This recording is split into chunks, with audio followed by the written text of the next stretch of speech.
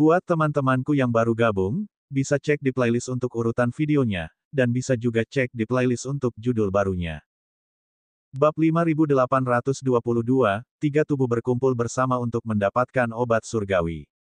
Semua orang berkumpul dan bergegas kembali ke tempat asal mereka. Kesepuluh sosok berdarah itu mengejar dengan ganas. Di tengah perjalanan, dua lagi Raja Abadi dari ras Zamrud yang bertransformasi 9 tewas. Akhirnya, mereka meninggalkan rawa dan tiba di tepi sungai. Kesepuluh sosok berdarah itu tidak mengejar mereka. Mereka meraung beberapa kali dan kembali ke tempat asal mereka. Kali ini aku terlalu ceroboh. Aku tidak menyangka tempat keberuntungan ini akan begitu berbahaya. Cuixin mendesah, merasa sedikit sedih. Karena kecerobohan mereka telah kehilangan beberapa Raja Abadi Transformasi 9, suatu kerugian besar. Mereka yang dapat berpartisipasi dalam pertemuan musim semi sejati, setidaknya adalah 9 Raja Abadi yang bertransformasi, dan mereka semua adalah elit dari ras mereka masing-masing. Kehilangan beberapa dari mereka akan menjadi kerugian besar bagi ras yang lebih tinggi. Dengan kekuatan kita saat ini, mustahil bagi kita untuk menjelajahi tempat ini. Kita hanya bisa menunggu kedatangan penguasa klan Jade sebelum kita bisa melanjutkan perjalanan. Kata Cuixin. Menurut kalian, berapa tingkat tempat ini? Kata seorang pria kuat dari ras Jade. Sebenarnya ada 12 tempat yang sangat beruntung di kosmos yang sebenarnya. Satu adalah tingkat puncak, 3 tingkat tinggi, dan 8 tingkat gua surga. Ada kemungkinan besar ini adalah peluang setingkat gua surga. Seseorang berkata. Kemudian orang-orang Jadeite mulai menganalisis tempat itu secara rinci. Tempat-tempat yang penuh peluang dan keajaiban semuanya didirikan secara pribadi oleh para ahli alam ciptaan dari 12 istana sejati. Ada bahaya, tetapi peluang pun menyertainya. Setiap kali ada pertemuan musim semi yang sesungguhnya, akan ada seseorang yang memperoleh kesempatan seperti itu dan maju dengan pesat, bahkan meletakkan fondasi yang sangat kokoh. Di masa depan, mereka akan terbang ke langit dan menjadi penguasa. Pertemuan musim semi yang sesungguhnya hanya diadakan sekali setiap 1000 tahun bintang. Oleh karena itu, para master penciptaan tidak menciptakan tanah peluang dengan asal-asalan. Mereka mengerahkan upaya terbaik dan darah mereka, dan mereka adalah yang paling cocok untuk Raja Abadi atau alam semesta setengah langkah. Berdasarkan petunjuk yang mereka miliki, ras Jadeite berspekulasi bahwa tempat ini mungkin berhubungan dengan tingkat alam semesta. Mungkin saja suatu zat tingkat alam semesta yang kuat telah disegel di sini, atau bahkan disempurnakan, menyebarkan zat-zat berbahaya kemana-mana dan membentuk rawa. Esensinya berubah menjadi manusia berdarah, seperti pil abadi. Bagian lain dari saripatinya akan menghasilkan obat abadi. Tentu saja, ini baru analisis awal mereka. Mengenai hal spesifik, mereka masih perlu terus menyelidiki. Sayang sekali, Lu Ming mendesah diam-diam. Dia merasa bahwa obat abadi itu pasti akan sangat membantu luka-luka jiwanya yang abadi. Bahkan dapat menyelamatkannya dari jutaan tahun pemulihan. Namun, ke-10 pria berdarah itu terlalu kuat. Dia tidak bisa mengambil obat abadi dan pergi dengan selamat hanya dengan dirinya sendiri. Kecuali jika ketiga badan itu menjadi satu. Aku harus mengumpulkan 2 orang lainnya. Lu Ming punya ide. Ketiga tubuhnya telah berkultivasi bersama selama bertahun-tahun. Hati mereka terhubung, dan mereka dapat merasakan apa yang dipikirkan oleh satu tubuh. 2 sosok lainnya di kota Lin yang jauh segera berangkat dan bergegas menuju ibu kota Kekaisaran Yue yang agung. Lin Zhou terus-menerus diperkuat oleh Lu Ming. Formasi itu kuat dan 4 penampilan formasi 2 elemen itu misterius dan tidak dapat diprediksi. Itu dapat menahan serangan dari banyak alam semesta setengah langkah. Kecuali jika seorang ahli setingkat Jenderal Hua muncul. Akan tetapi, seseorang sekuat Jenderal Hua tidak akan mengarahkan pandangannya ke kota Lin. Terlebih lagi, Lu Ming memiliki rencana cadangan. Jika kota Linzu benar-benar ditembus, Yuyu dan Shen Jianxing dapat melarikan diri dengan aman. Lu Ming, ras Giok, Kaisar Negara Yue yang agung, dan yang lainnya mundur ke ibu kota. Kaisar Kekaisaran Yue yang agung dan yang lainnya mendirikan pertahanan mereka di ibu kota untuk berjaga-jaga terhadap serangan Aula Phoenix kuno yang sebenarnya. Ras Jadeite setara dengan kedatangan para ahli Supreme Jade True Hall, sementara Lu Ming sedang menunggu kedatangan 2 orang lainnya. Jelaslah bahwa 2 jasad Lu Ming lainnya telah tiba lebih awal daripada orang-orang dari Istana Giok sejati. Itu karena orang-orang di istana sejati giok tertinggi berada jauh di dinasti lain. Dua tubuh Luming lainnya berada di kota Lin, di dinasti Yue yang agung. Dengan bantuan Luming, mereka tidak terhalang. Mereka memasuki ibu kota Dayue dan bersembunyi di tubuh Luming. Ketiga mayat itu berkumpul dan Luming tidak berhenti. Dia langsung menuju ke tempat yang penuh kesempatan. Sejak terakhir kali mereka memasuki tanah peluang, ibu kota kekaisaran Yue yang agung tidak menghentikan mereka dan mengizinkan mereka memasuki dan meninggalkan tanah peluang sesuka hati. Akan tetapi, kedatangan Luming sendiri sudah menarik perhatian orang-orang dari ibu kota kekaisaran Yue yang agung dan ras Jade.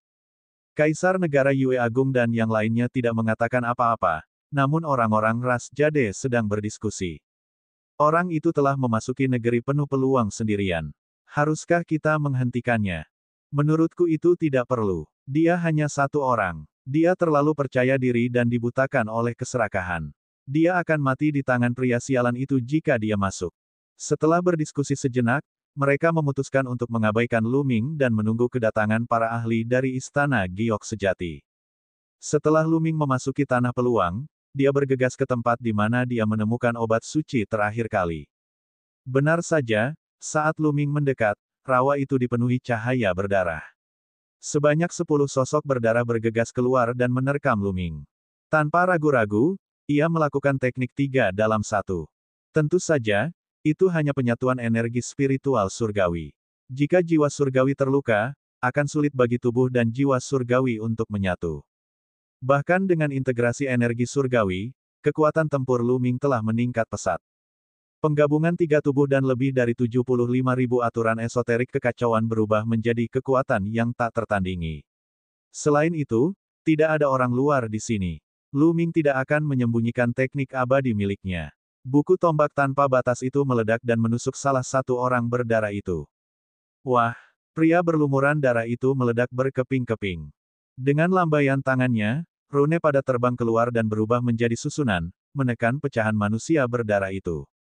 Kemudian, ia mengaktifkan lukisan Tao yang tak terhitung jumlahnya dan menggunakan berbagai teknik abadi untuk memblokir sosok berdarah yang tersisa. Setelah itu, kesadaran abadi miliknya terkunci pada salah satu sosok berdarah dan ia menggunakan kitab suci tombak tak terbatas sekali lagi untuk menghancurkan sosok berdarah itu. Ia kemudian terus menekannya dengan formasi. Dia mengaktifkan kitab suci kekosongan dan menghindari serangan kedua sosok berdarah itu. Kemudian, dia menusukkan tombaknya lagi, menyebabkan sosok berdarah lainnya meledak. Luming mengerahkan seluruh kekuatan tempurnya. Meskipun kondisinya belum prima, kekuatan tempurnya telah meningkat pesat selama bertahun-tahun. Dengan bantuan berbagai teknik abadi, tidak sulit baginya untuk membunuh sosok-sosok berdarah ini. Satu demi satu sosok berdarah dibunuh dan disegel oleh Luming. Dengan sangat cepat, Luming menghabisi 10 sosok berdarah itu dan mendarat di depan obat dewa. Tidak ada yang aneh. Luming menembakkan seberkas kekuatan abadi dan mengambil ramuan abadi. Dia menyegelnya dalam kotak giok dan segera kembali ke ibu kota kekaisaran Yue yang agung. Orang itu kembali begitu cepat. Kurasa dia menderita kerugian besar begitu dia masuk. Hehe. Dia hanya melebih-lebihkan kemampuannya sendiri. Dia sudah berada di alam ini, tetapi dia masih belum bisa melihat kekuatannya sendiri dengan jelas. Dia telah dibutakan oleh keserakahan. Ini lelucon. Aku menduga dia akan bertemu dengan seorang pria berdarah saat dia masuk dan terluka parah. Menurutmu, apakah kita harus pergi dan menghiburnya? Hahaha. Beberapa ahli ras Jade memiliki ekspresi mengejek di wajah mereka. Pada akhirnya, Luming hanyalah anggota klan Xia. Meskipun dia cukup kuat, dia berasal dari latar belakang yang rendah. Mereka tidak terlalu menganggapnya penting. Kalau saja mereka berada di dunia nyata, klan Xia pasti akan bersujud dan bertekuk lutut di hadapan mereka. Klan Xia di alam semesta nyata bagaikan katak dalam sumur. Mereka tidak memiliki pengetahuan tentang dunia. Melihat mereka tidak memberi penghormatan, mereka sudah agak tidak senang. Lupakan. Pada akhirnya, Cuixin lah yang menghentikan kerumunan. Setelah Luming kembali ke kediamannya, dia mengeluarkan obat dewa dan mulai memurnikannya. Bab 5823, Luka Jiwa Disembuhkan. Luming mulai mengonsumsi 1 daun ramuan abadi di tubuh masa lalunya untuk menguji khasiat obatnya. Daun itu meleleh begitu masuk ke mulutnya, berubah menjadi energi cair yang mengalir melalui tubuhnya. Akhirnya, energi itu menyatu dengan jiwanya yang abadi seperti sungai yang mengalir ke laut. Seolah-olah jiwanya yang abadi direndam dalam cairan abadi. Hangat dan nyaman. Selain itu, Lu Ming dapat dengan jelas merasakan bahwa retakan kecil di jiwanya yang abadi berangsur-angsur sembuh. Itu jauh lebih cepat daripada jika dia memulihkan diri sendiri. Setelah memurnikan daun tersebut, luka-luka pada jiwa abadinya telah pulih sebesar 20% tanpa efek samping apapun. Lu Ming menampakkan ekspresi terkejut. Segera dia melakukan trinitas dan mulai memurnikan obat abadi dengan seluruh kekuatannya. Hanya dalam 2 hari, luka-luka pada jiwa abadi Lu Ming telah sembuh. Ia merasa segar dan pikirannya jernih. Ia begitu nyaman hingga ingin menangis. Dingin, rasanya terlalu enak. Keadaannya saat ini dapat dianggap telah mencapai puncaknya. Hanya dengan melakukan teknik 3 pemisahan, dia akan mencapai puncaknya. Dia yakin bahwa jika dia menghadapi master seperti Huai Yan lagi, dia akan dapat membunuhnya dengan mudah tanpa bantuan apapun. Tentu saja sulit dikatakan apakah dia melawan para ahli seperti 10 Jenderal Hua. Misalnya, jika dia menggunakan seluruh kekuatannya dan kitab suci tombak tak terbatas, tidak akan ada masalah. Namun, melawan 6 Jenderal Hua, kemungkinan besar itu akan berbahaya. Meskipun ketiga tubuh Lu Ming adalah satu dan dia memiliki lebih dari 75.000 ultimat kekacauan. Akan tetapi, 75.000 tipe palsu itu tidak dapat menandingi para ahli yang telah menyatukan 75.000 tipe ke dalam tubuh mereka. Dan EBSCP, setiap 10.000 niat kekacauan akan menghasilkan perubahan kualitatif yang akan meningkatkan kekuatan tempur seseorang. Lu Ming hanya memiliki 25.000 tipe di setiap tubuhnya. Dia belum mengalami 30.000, 40.000, 50.000, rangkaian perubahan kualitatif dan fusi kasar ini tidak dapat dibandingkan dengan jumlah kekuatan kekacauan Upanishad yang sama. Namun, itu hanya tebakan Lu Ming. Dia belum pernah bertarung sebelumnya, jadi sulit untuk mengatakannya. Lagi pula, Lu Ming memiliki kitab suci tombak tanpa batas, teknik surgawi yang sangat sempurna. Jika aku tidak menggunakan kitab suci tombak tanpa batas, itu akan berdampak besar pada kekuatan tempurku. Oh benar, seharusnya sulit untuk mengatakan apakah itu digabungkan dengan seni tombak abadi lainnya. Mata Lu Ming berbinar, dia mengeluarkan tombak panjang dan mulai berlatih. Wus, wus. Pelataran itu langsung dipenuhi cahaya tombak. Lu Ming menggunakan teknik abadi tombak yang diam-diam dipelajarinya dari seorang ahli di aula sejati reruntuhan kuno belum lama ini. Adalah hal yang biasa bagi seseorang untuk mengetahui teknik abadi dao tombak di istana sejati reruntuhan kuno. Akan tetapi, itu hanyalah teknik abadi biasa, dan hanya diperlukan 14.000 aturan teknik abadi untuk mengolahnya hingga sempurna. Yang ingin dilakukan Lu Ming adalah memadukan kitab suci tombak tak terbatas secara diam-diam saat ia menggunakan teknik abadi ini. Sambil meningkatkan kekuatannya, orang lain tidak akan dapat mengetahui bahwa ini adalah kitab suci tombak tak terbatas. Jika orang lain, tentu hal itu tidak akan mudah. Namun, itu tidak sulit bagi Lu Ming. Dia telah mengolah terlalu banyak teknik abadi.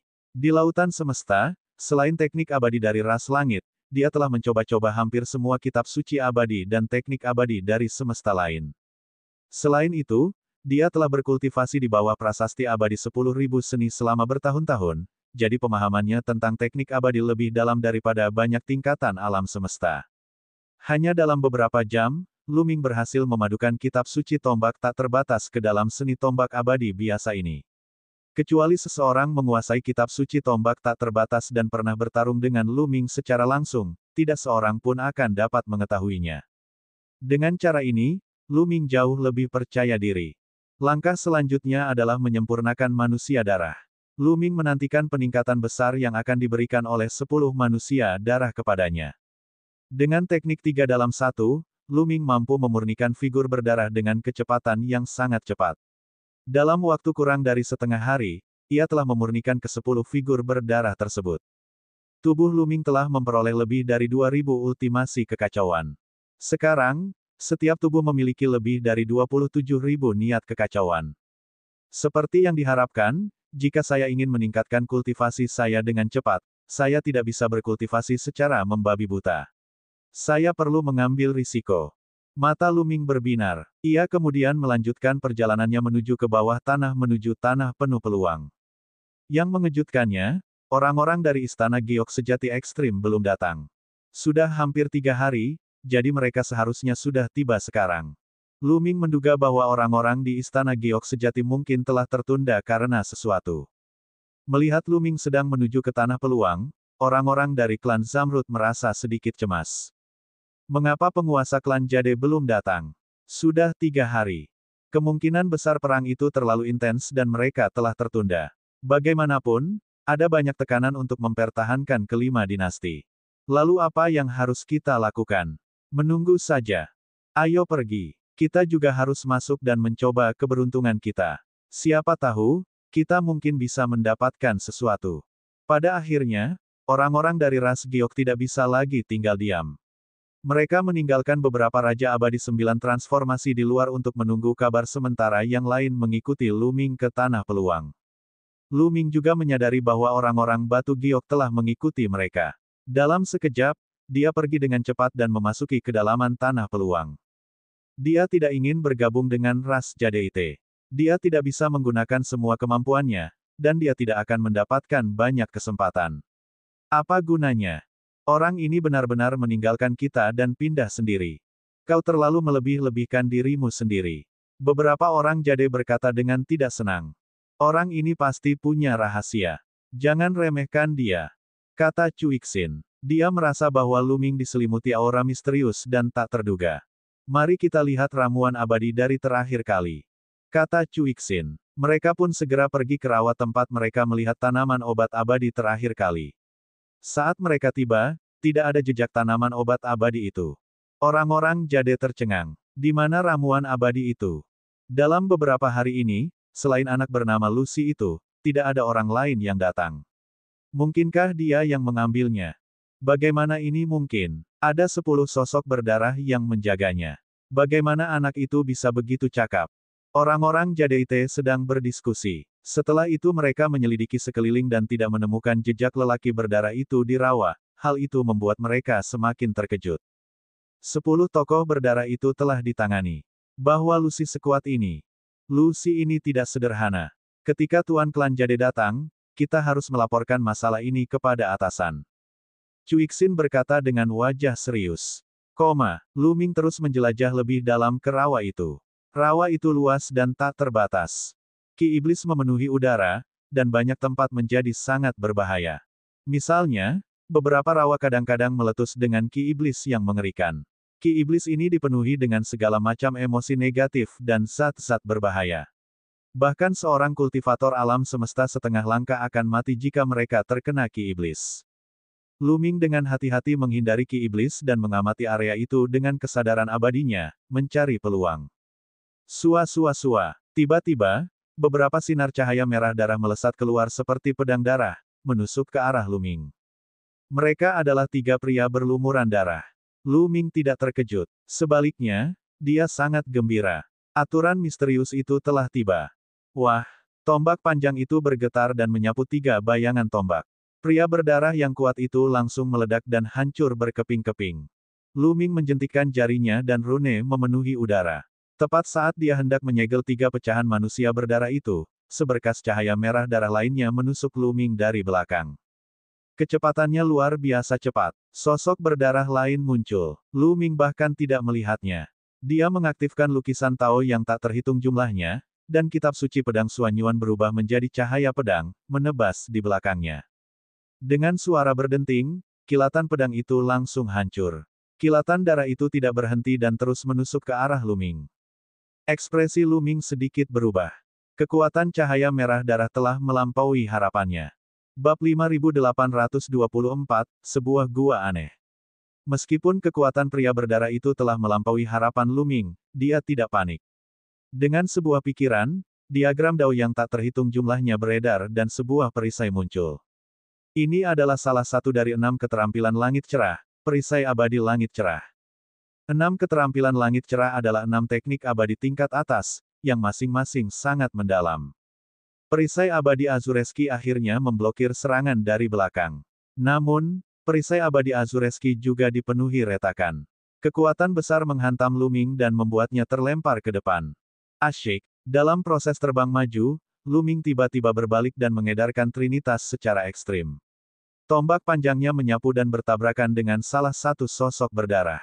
Kali ini, Lu Ming menyerang dengan hampir seluruh kekuatannya.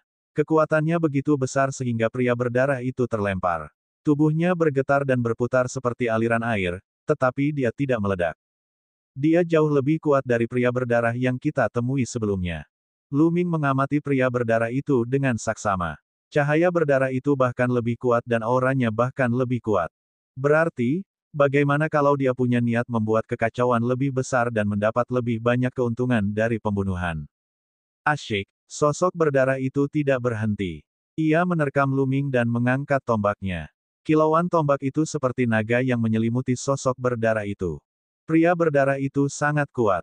Jika Cui Xin dan yang lainnya bertemu dengannya, mereka akan mati. Namun, itu tidak cukup di hadapan Lu Ming, yang telah mengerahkan seluruh kekuatan tempurnya. Setelah beberapa gerakan, tombak Lu Ming menembus sosok berdarah itu. Tombak panjang itu bergetar dan kekuatan penghancur meledak. Sosok berdarah itu terkoyak-koyak dan meledak berkeping-keping. Lu Ming menggunakan trik yang sama. Dia menyegel pecahan manusia berdarah itu secara terpisah dengan formasi rune dan kemudian menyempurnakannya dalam Trinitas. Seperti dugaan kami, semakin kuat pohonnya, semakin besar pula hasil panennya. Setelah memurnikan manusia berdarah, kekacauan tertinggi di ketiga tubuh Lu Ming meningkat drastis, mencapai 28.000 jenis. Menurut aturan, setelah Raja Abadi 9 transformasi menerobos ke alam semesta setengah langkah, ultimat kekacauannya akan berlipat ganda. Jika aku memiliki 50.000 ultimat kekacauan di masing-masing dari tiga tubuhku ketika aku berada di alam Raja Abadi 9 transformasi, bukankah ultimat kekacauan di tiga tubuhku akan mencapai alam kesempurnaan 100.000? Hati Lu Ming membara. Jurang yang sulit diseberangi orang lain, bukankah dia akan mampu menyeberanginya dengan mudah? Namun, tak lama kemudian, Lu Ming menyadari bahwa ia terlalu banyak berpikir. Saat ia masuk lebih dalam ke rawa, sosok-sosok berdarah yang kuat semakin sering muncul. Lu Ming membunuh dan memurnikan mereka terus-menerus. Kekacauan pamungkas dalam tubuh Lu Ming meningkat dan segera mencapai 30.000 jenis. Akan tetapi, ketika jumlah ultimasi kekacauan di setiap tubuh mencapai 30.000, tidak peduli seberapa keras Lu Ming memurnikan manusia darah, sulit untuk menambah satu lagi. Lu Ming tahu bahwa dia benar-benar telah mencapai batasnya. Dan EBSCP, sebelumnya, dia mengira 25.000 adalah batasnya, tetapi karena pria berdarah itu, dia telah menembus batas dan terus berkembang. Namun sekarang, bahkan pria berdarah itu tidak dapat meningkatkan niat kekacauannya. Seperti yang diharapkan, tidak mudah untuk mencapai kesempurnaan dalam 100.000 Upanisad kekacauan. Lu Ming menggelengkan kepalanya dan tersenyum. Namun, dia merasa puas. Setiap badan memiliki 30.000 tipe. Jika ketiga badan tersebut digabungkan, jumlahnya akan menjadi 90.000 tipe. Tentu saja, 90.000 tipe ini hanya dicapai dalam jumlah. Ada perbedaan besar dalam kualitas antara mereka dan mereka yang benar-benar dapat mencapai 90.000 tipe dalam satu tubuh. Kekuatan Upanisatku telah mencapai batasnya, tetapi itu tidak berarti bahwa orang-orang berdarah ini tidak berguna. Aku dapat menyegel mereka terlebih dahulu dan terus menggunakan mereka setelah kultivasiku menembus alam semesta setengah langkah. Lu Ming merenung. Dia tidak berencana untuk meninggalkan tempat ini. Sebaliknya, dia terus menjelajah lebih dalam ke rawa. Selain manusia berdarah, ada juga obat-obatan abadi. Teknik abadi dari masa lalu memiliki efek luar biasa yang tak terhitung jumlahnya pada jiwa abadi. Jika dia bisa mendapatkan beberapa lagi, dia tidak perlu khawatir jiwa abadinya akan terluka di masa depan. Karena kesempatannya sudah ada, tentu saja dia harus memanfaatkannya. Saat Lu Ming menjelajah lebih dalam, ia bertemu dengan sosok-sosok berdarah yang semakin kuat.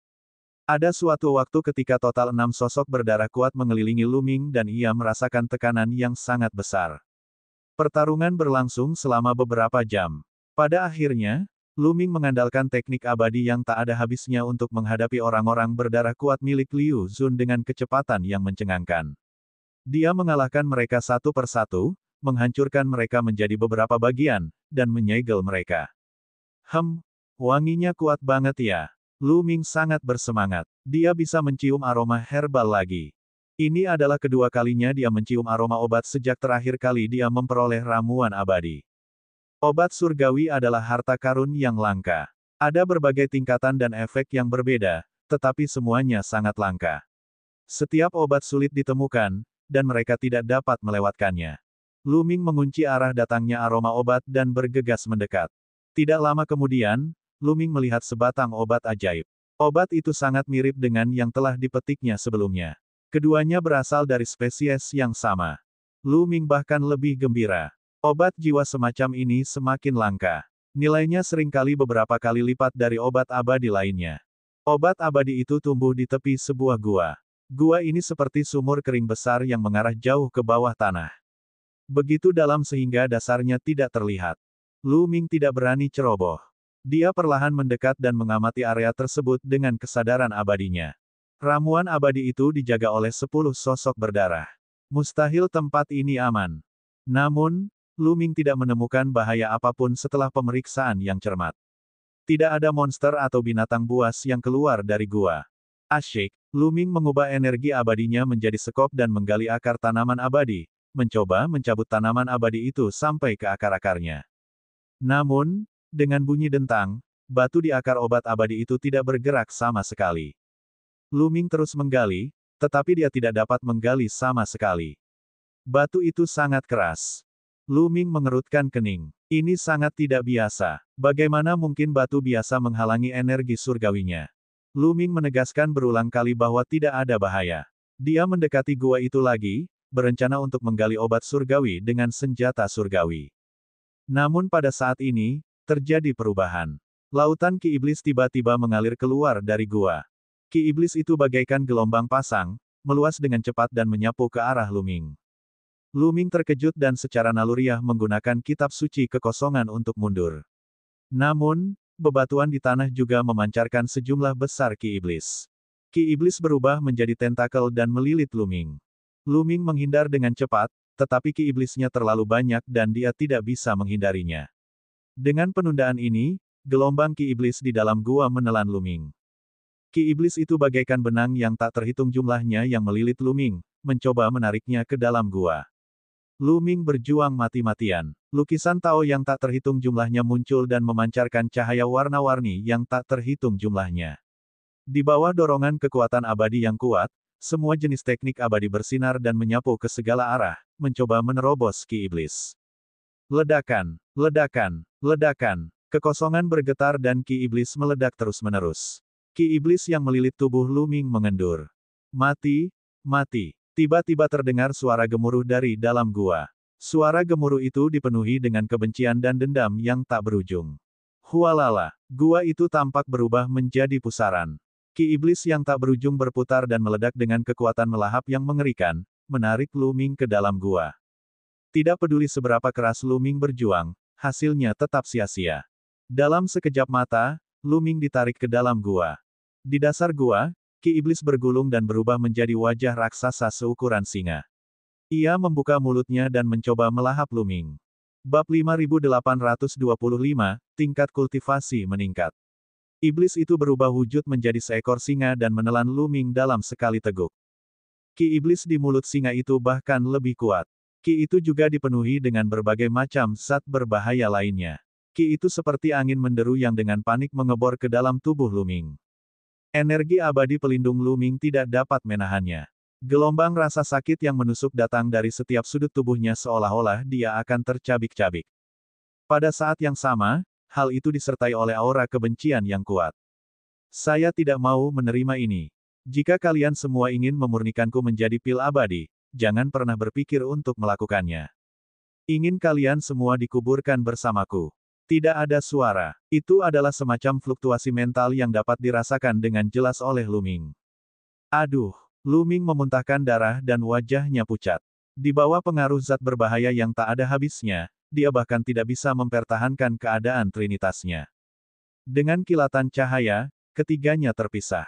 Karena ketiga tubuh itu terpisah, mereka tidak dapat menahan dampak zat berbahaya itu. Dalam sekejap, permukaan ketiga tubuh itu ditutupi retakan. Jika ini terus berlanjut, Lu Ming akan berubah menjadi debu dan menghilang dalam beberapa tarikan napas. Apa yang harus saya lakukan? Pikiran Lu Ming berputar cepat saat dia memikirkan tindakan balasan. Jika dia dapat memasuki piringan Giok Zenluo Agung, dia akan mampu melindungi dirinya sendiri. Namun, kendalinya atas cakram Giok Zenluo besar sudah sangat terbatas. Dalam kondisi seperti itu, ia bahkan kurang mampu mengaktifkannya. Ayo kita lakukan semaksimal mungkin. Tiba-tiba, Lu Ming menggertakkan giginya dan menyerang pihak lain. 3 dalam 1. Dan itu bukan perpaduan biasa, tetapi perpaduan abadi. Trinitas Lu Ming saat ini, bahkan jika itu adalah tingkat fusi yang dalam, itu hanya akan bersifat sementara. Begitu waktunya habis, ketiga tubuh itu akan terpisah. Penggabungan abadi adalah penggabungan permanen. Ketiga tubuh akan menjadi satu. Ini adalah metode kultivasi yang dipikirkan Lu Ming di masa lalu. Dengan melakukan itu, ia dapat dengan cepat meningkatkan kultivasinya. Lebih jauh lagi, saat ketiga benda itu menyatu, ia dapat melepaskan energi dalam jumlah yang sangat besar. Ledakan. Saat ketiga benda itu bertabrakan, seolah-olah mereka telah berubah menjadi singularitas. Kemudian, energi yang sangat kuat meletus dari singularitas ini. Energi itu seperti gelombang cahaya yang melesat keluar. Zat-zat berbahaya di sekitarnya pun tersebar. Di tengah gelombang cahaya, Lu Ming muncul kembali. Dia telah menggabungkan ketiga tubuhnya menjadi satu. Tentu saja, itu bukan fusi abadi yang sesungguhnya. Itu hanya fusi mendalam awal. Akan terlalu sulit untuk langsung menyatu dengan tubuh abadi. Tidak semudah itu. Bagaimana mungkin Lu Ming melewatkan kesempatan ini? Ia mengedarkan kitab suci kekosongan dan berubah menjadi seberkas cahaya yang melesat ke atas. Akhirnya, Lu Ming berhasil keluar dari lingkaran zat berbahaya dan keluar dari gua. Lu Ming tidak berhenti. Dia hanya berhenti ketika dia sudah jauh dari gua. Astaga, Lu Ming menghela napas panjang lega. Kali ini, itu benar-benar terlalu berbahaya. Untungnya, saat dia menggunakan fusi abadi, dia mengaktifkan kekuatan yang tak tertandingi dan membersihkan zat-zat berbahaya itu. Kalau tidak, dia akan berada dalam bahaya nyata dan akan hancur oleh zat-zat berbahaya itu. Tingkat kultivasiku telah meningkat 1 tingkat. Ketika Lu Ming mengamati kondisinya sendiri, dia tertegun sejenak sebelum dia menjadi sangat gembira. Awalnya, basis kultivasinya masih jauh dari puncak 9 transformasi Raja Abadi. Namun, ia menemukan bahwa ia telah mengambil langkah tegas ke arah itu. Selanjutnya, semua zat berbahaya dalam tubuhnya telah hilang tanpa jejak. Menggunakan fusi abadi dapat meningkatkan kultivasinya, tetapi tidak dapat meningkat sebanyak itu.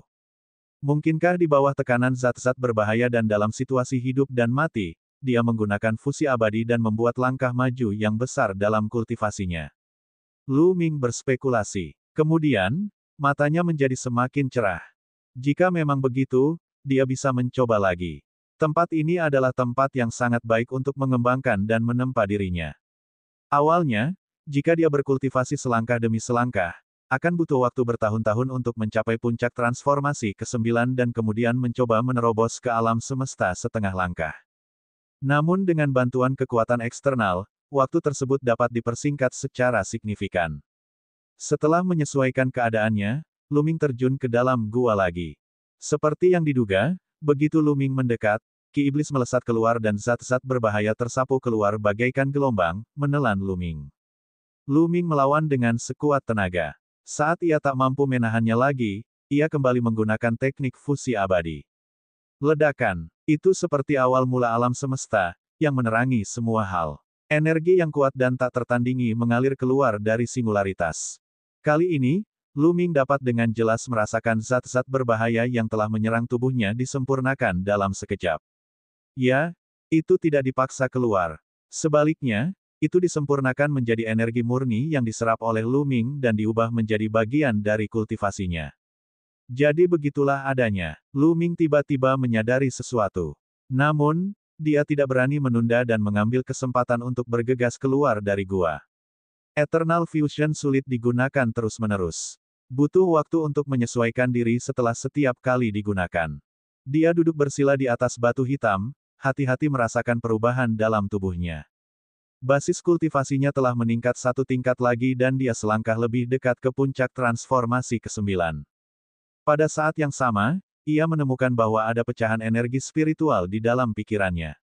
Pecahan itu berisi semacam informasi, tetapi terlalu tersebar dan tidak dapat disatukan. Ada fluktuasi energi mental di bawah gua, dan itu terus-menerus bergemuruh. Jejaknya juga telah memasuki tubuhku dan sedang disempurnakan. Apakah ini ditinggalkan oleh seorang ahli tertinggi? Lu Ming merenung dan memikirkan spekulasi tentang Cuixin dan yang lainnya. Ras Jadeite berspekulasi bahwa tempat ini adalah tanah yang penuh dengan peluang menakjubkan. Mungkin saja ada batu alam semesta yang sangat kuat yang telah disempurnakan di sini. Zat-zat berbahaya telah diekstraksi dan disebarkan kemana-mana, dan zat-zat yang bermanfaat telah dimurnikan dan diubah menjadi pil manusia darah. Kebenarannya mungkin begitu. Zat-zat yang disebut berbahaya itu juga merupakan sejenis energi. Zat-zat itu hanya berbahaya bagi orang biasa. Jika bisa digunakan, zat-zat itu dapat mengubah yang berbahaya menjadi hal yang berguna. Gua ini menyimpan dendam tak berujung dari ahli itu. Dendam ini telah berubah menjadi fluktuasi spiritual. Jika aku memurnikannya lebih banyak dan mengumpulkan lebih banyak fragmen energi spiritual, aku mungkin bisa menemukan lebih banyak informasi. Lu Ming merenung dan menyesuaikan keadaan pikirannya. Saat berada di puncaknya, Lu Ming memasuki gua lagi. Di luar ibu kota Dayue, di sebuah lembah, para ahli istana Zen kuno berkumpul, tetapi 6 Jenderal Hua tidak terlihat dimanapun. 6 Jenderal Hua telah terluka parah terakhir kali, dan dia masih memulihkan diri dalam pengasingan. Saya sudah menerima berita bahwa perebutan tanah ajaib yang makmur telah memasuki tahap panas. Selain sekelompok ahli papan atas yang masih bertarung, para ahli lainnya telah mengundurkan diri. Kata Jenderal Hua Jiu, apakah ada berita tentang Huayang Zhenko? Seseorang bertanya. Suasananya sangat tegang, dan semua orang yang hadir, termasuk 2 Jenderal Hua, tampak tidak senang. Mereka semua bertanggung jawab atas kematian Huaiyan dalam pertempuran ini. Adapun kakak laki-laki Huaiyan, dia adalah salah satu dari 10 putra sejati Istana Sejati Phoenix kuno. Dia adalah ahli yang mengerikan yang telah menggabungkan lebih dari 90.000 jenis niat kekacauan. Apakah mereka sanggup menahan amukan orang berkarakter seperti itu? Ada berita, salah satu pengikut Tuan Muda Huayang akan segera datang. Kata Jenderal Hua Jiu. Siapa dia? Tanya seseorang. Heng Hou, kata Jenderal Hua Jiu. Heng Hou? Aku khawatir akan sulit baginya untuk menerobos masuk ke Kekaisaran Yue yang agung dan membalaskan dendam Huaiyan sendirian. Semua yang lain mengerutkan kening. Bukan berarti Heng Hou tidak kuat. Sebaliknya, Heng Hou sangat kuat, tidak lebih lemah dari ke-6 Jenderal Hua. Namun yang mereka butuhkan adalah orang-orang yang lebih kuat. Bab 5826, menyelinap ke kota. Tidakkah dia melihat bahwa ke-6 Jenderal Hua masih terluka parah? Bahkan jika Heng Hou datang, itu mungkin tidak akan berguna. Tujuan utama kunjunganku adalah untuk menyelidiki situasi. Nanti akan ada ahli lain yang datang untuk mendukung kita. Bagaimanapun juga, ibu kota Dayue akan dihancurkan, dan pembunuh yang membunuh Huaiyan harus mati. Jenderal Hua Jiu berkata, suaranya sangat dingin hingga menusuk tulang. 3 hari kemudian, seorang pemuda kurus datang ke ngarai. Hua Jiu dan yang lainnya menyambutnya. Pemuda kurus ini adalah Heng Hou, salah satu pengikut Huayang. Dia memiliki kekuatan tempur yang luar biasa dan telah menggabungkan hampir 70.000 Chaos Inten. Kalian banyak sekali, tetapi kalian mengepung kota kecil dan bahkan menyebabkan putra sejati Huaiyan mati di sini. Tunggu saja amukan mengerikan dari putra sejati itu.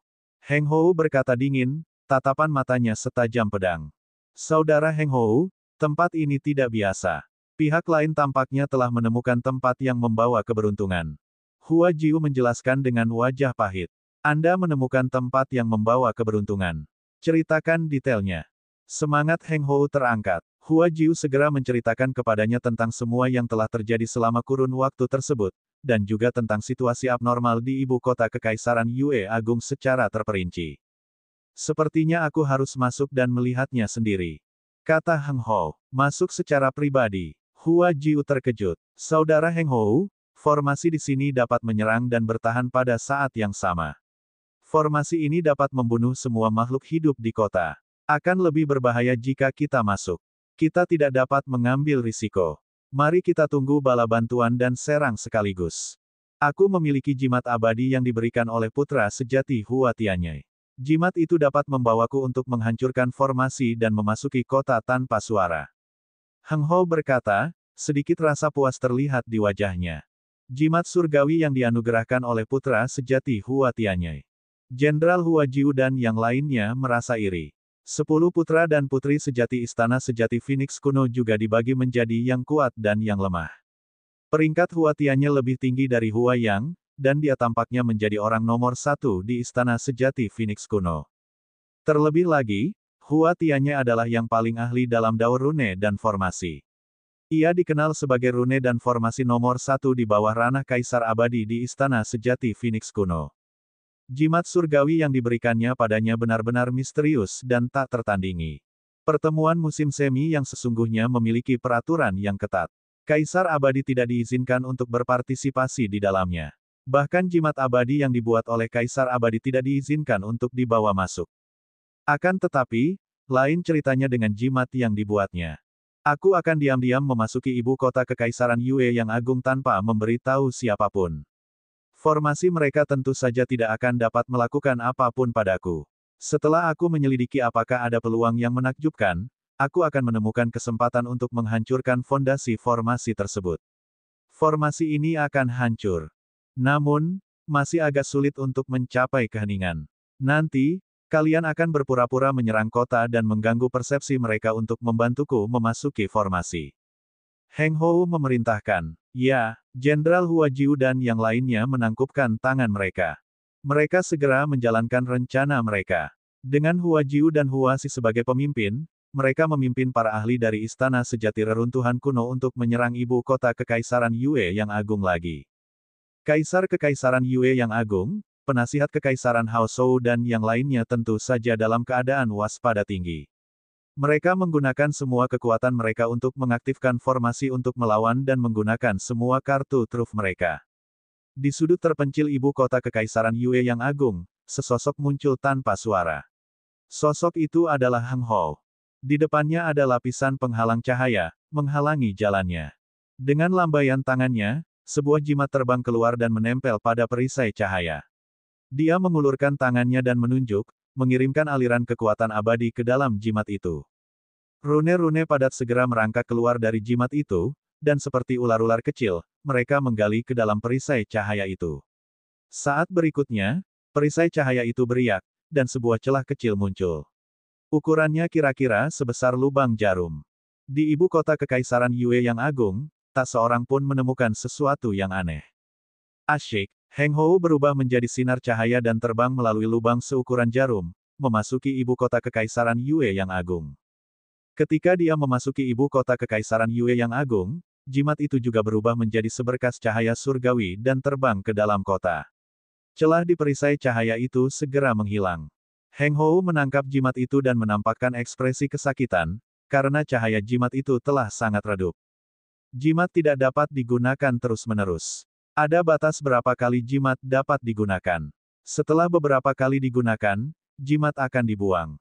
Setelah menyimpannya dengan hati-hati, dia berubah menjadi gumpalan asap hijau dan menghilang dari ibu kota Kekaisaran Yue yang agung. Dengan dasar kultivasinya, selama dia tidak mengambil inisiatif menyerang, tidak akan ada seorang pun yang dapat menemukannya.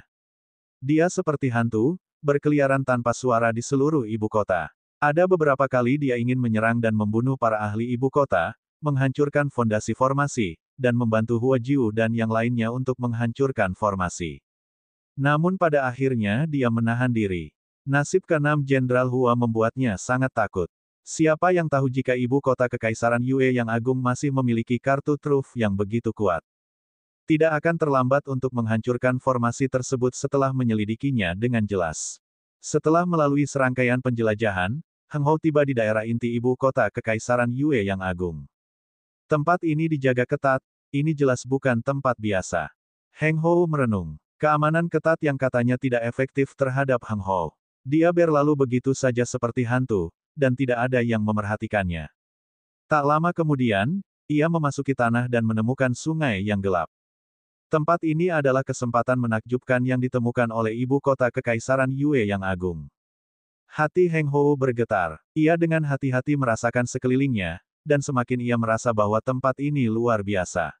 Ia menahan kegembiraannya dan mengikuti sungai hingga tiba di sebuah rawa. Tidak lama kemudian, ia bertemu dengan seorang pria berdarah. Setelah membunuh dan memurnikannya, banyak hukum kekacauan ditambahkan ke tubuhnya. Tanah yang penuh keberuntungan. Ini memang tanah yang penuh keberuntungan. Mata Heng Hou cerah dan berapi-api. Dia tidak ingin keluar lagi. Bukankah dia bodoh jika keluar sekarang? Ketika ahli lainnya tiba, apa yang akan dia dapatkan? Dengan kultivasinya, itu sudah cukup baginya untuk menjelajahi peluang tingkat gua surga dan menuainya. Dia menilai tempat ini berpeluang besar menjadi tanah kesempatan setingkat lorong surgawi. Jika dia bisa memanen semua peluang di tanah peluang ini, kultivasinya pasti akan meroket. Dia bahkan bisa memadukan 90.000 jenis niat kekacauan ke dalamnya dan menjadi putra sejati ke-11 dari Aula Sejati Phoenix kuno. Ketika dia menjadi orang sejati ke-11, bahkan jika orang tahu bahwa dia telah mengambil semua kesempatan, siapa yang dapat melakukan sesuatu padanya? Pada saat itu, apakah dia masih perlu menjadi pengikut Huayang? Heng Hou tersenyum dan terus menjelajah. Namun, Lu Ming sudah menyapu pinggiran rawa. Heng Hou tidak menemukan banyak hal, jadi dia terus menjelajah lebih dalam ke rawa. Setelah beberapa saat, ia tiba-tiba mencium aroma obat yang kuat. Obat surgawi. Mata Heng Hou berbinar saat dia berlari ke arah datangnya aroma obat. Tak lama kemudian, ia melihat obat surgawi tumbuh di tepi sebuah gua. Tak jauh dari gua itu, seorang pemuda duduk bersila dan tampak tengah bertapa. Itu dia. Jadi anak ini ada di sini. Mata Heng Hou dipenuhi dengan niat membunuh yang dingin. Dia telah melihat proyeksi Lu Ming dan tahu bahwa Huaiyan telah mati di tangan Lu Ming. Sebelumnya, dia telah berkeliling di ibu kota Kekaisaran Dayue tetapi tidak menemukan jejak Lu Ming. Dia bingung dan tidak tahu di mana Lu Ming bersembunyi. Dia tidak menyangka bahwa dia akan ada di sini. Tanpa ragu sedikit pun, Heng Hou menyerang Lu Ming dengan jurus mematikan. Dua berkas cahaya, satu hitam dan satu putih, melesat ke arah Lu Ming seperti gunting. Tentu saja, Lu Ming telah memperhatikan Heng Hou sejak lama. Saat Heng Hou muncul, Lu Ming melesat ke langit dan menghindari serangan itu. Namun, sinar hitam putih itu seperti kalajengking yang berakar dalam. Setelah gagal mengenai sasarannya, ia mengubah arahnya dan terus menyerang Lu Ming. Bab 5827, Tubuh Ganda Yin Yang. Saat sinar cahaya hitam putih membunuh Lu Ming, Heng Hou melambaikan tangannya dan menghasilkan roda bundar. Tidak diragukan lagi, roda itu adalah senjata abadi yang terbaik. Roda itu berputar cepat dan tampaknya mampu memotong segalanya saat bergerak menuju Lu Ming. Suara mendesing. Sebuah tombak panjang muncul di tangannya tanpa suara. Dia menusukkannya dua kali, satu ke roda kemudi dan satu lagi ke sinar cahaya hitam putih. Dua suara berdenting terdengar dan tombak panjang itu bergetar hebat. Lu Ming merasa lengannya mati rasa dan tulang-tulangnya hampir patah. Kekuatan yang luar biasa. Hati Lu Ming sedikit mencelos. Begitu mereka saling beradu pedang, Lu Ming dapat merasakan bahwa kekuatan lawannya sangat kuat dan tak terkalahkan. Itu bukanlah sesuatu yang dapat dibandingkan dengan Huaiyan. Tanpa ragu, tubuh 3-in-1 itu meledak dengan kekuatan terkuat mereka. Tubuh fisik, jiwa abadi, dan kekuatan abadi mereka menyatu, meningkatkan kekuatan tempur mereka ke puncak. Tombak panjang itu menusuk sekali lagi, dan langit dipenuhi bayangan tombak. Teknik tombak Shadow Lu, teknik abadi dari Aula Sejati kuno milikku. Bagaimana kau mempelajarinya? Heng Hou meraung. Tentu saja aku mempelajarinya darimu. Ya, jawab Lu Ming. Kilatan tombak itu terus menyilangkan pedang dengan pihak lain. Tempat ini hancur total, dan energinya meluap. Tanah terus meledak, dan potongan-potongan batu raksasa terlempar ke segala arah sebelum berubah menjadi bubuk halus. Niat kekacauan orang ini mendekati 70.000, tetapi belum mencapai 70.000. Dari segi kekuatan saja, aku setara dengannya. Saat Lu Ming bertarung, dia menilai kemampuannya sendiri. Dia telah menggabungkan 3 tubuh, dan dia memiliki 90.000 kekuatan Upanishad. Namun, ini bukan 90.000 yang sebenarnya. Setiap badan hanya memiliki 30.000. Misalnya, 3 alam semesta setengah langkah dengan 30.000 Upanishad kekacauan dapat menyaingi 1 alam semesta setengah langkah dengan 70.000 Upanishad kekacauan. Jelas itu tidak mungkin. Kesenjangannya sangat besar. Dia bahkan mungkin tidak akan mampu menang melawan eksistensi dengan 40.000 niat kekacauan, apalagi eksistensi dengan 70.000 niat kekacauan. Trinitas Looming tentu saja bukan sesuatu yang dapat dibandingkan dengan tiga ahli yang telah menggabungkan 30.000 kedalaman kekacauan. Mereka jauh lebih kuat daripada dia. Namun, mustahil bagi mereka untuk setara dengan seorang ahli yang telah menggabungkan 90.000 kedalaman kekacauan. Sekarang, sebagai perbandingan, itu setara dengan seorang ahli yang telah menggabungkan hampir 70.000 kedalaman kekacauan. Jika ada 70.000 Upanishad kekacauan, Looming kemungkinan besar tidak akan sebanding dengannya. Tentu saja, itu dalam hal kekuatan murni. Looming masih memiliki teknik abadi. Omong kosong. Heng Hou berteriak. Dia tidak percaya bahwa Looming telah mempelajarinya dari aula reruntuhan kuno yang sebenarnya. Itu sudah sempurna. Apakah dia mempelajarinya dari istana Phoenix kuno yang sebenarnya? Jika memang benar, bakat apakah ini? Apakah mereka babi yang sudah bertahun-tahun bercocok tanam? Mereka berdua sangat cepat, dan dalam sekejap mata, mereka telah bertukar ratusan gerakan. Asyik. Tiba-tiba, Looming menusukkan tombaknya. Tombak ini tampak sama seperti sebelumnya, tetapi kekuatannya benar-benar berbeda. Semua serangan Heng Hou ditembus oleh cahaya tombak. Ini karena dia telah menggunakan kitab suci tombak tak terbatas untuk mengejutkan lawannya. Aduh, darah berceceran di mana-mana saat cahaya tombak menembus jantung Heng Hou. Kekuatan penghancur yang mengerikan itu mendatangkan malapetaka di tubuhnya, mengancam untuk mencabik-cabiknya. Heng Hou mundur dengan cepat, menghindari serangan Looming sambil menahan kekuatan penghancur di tubuhnya.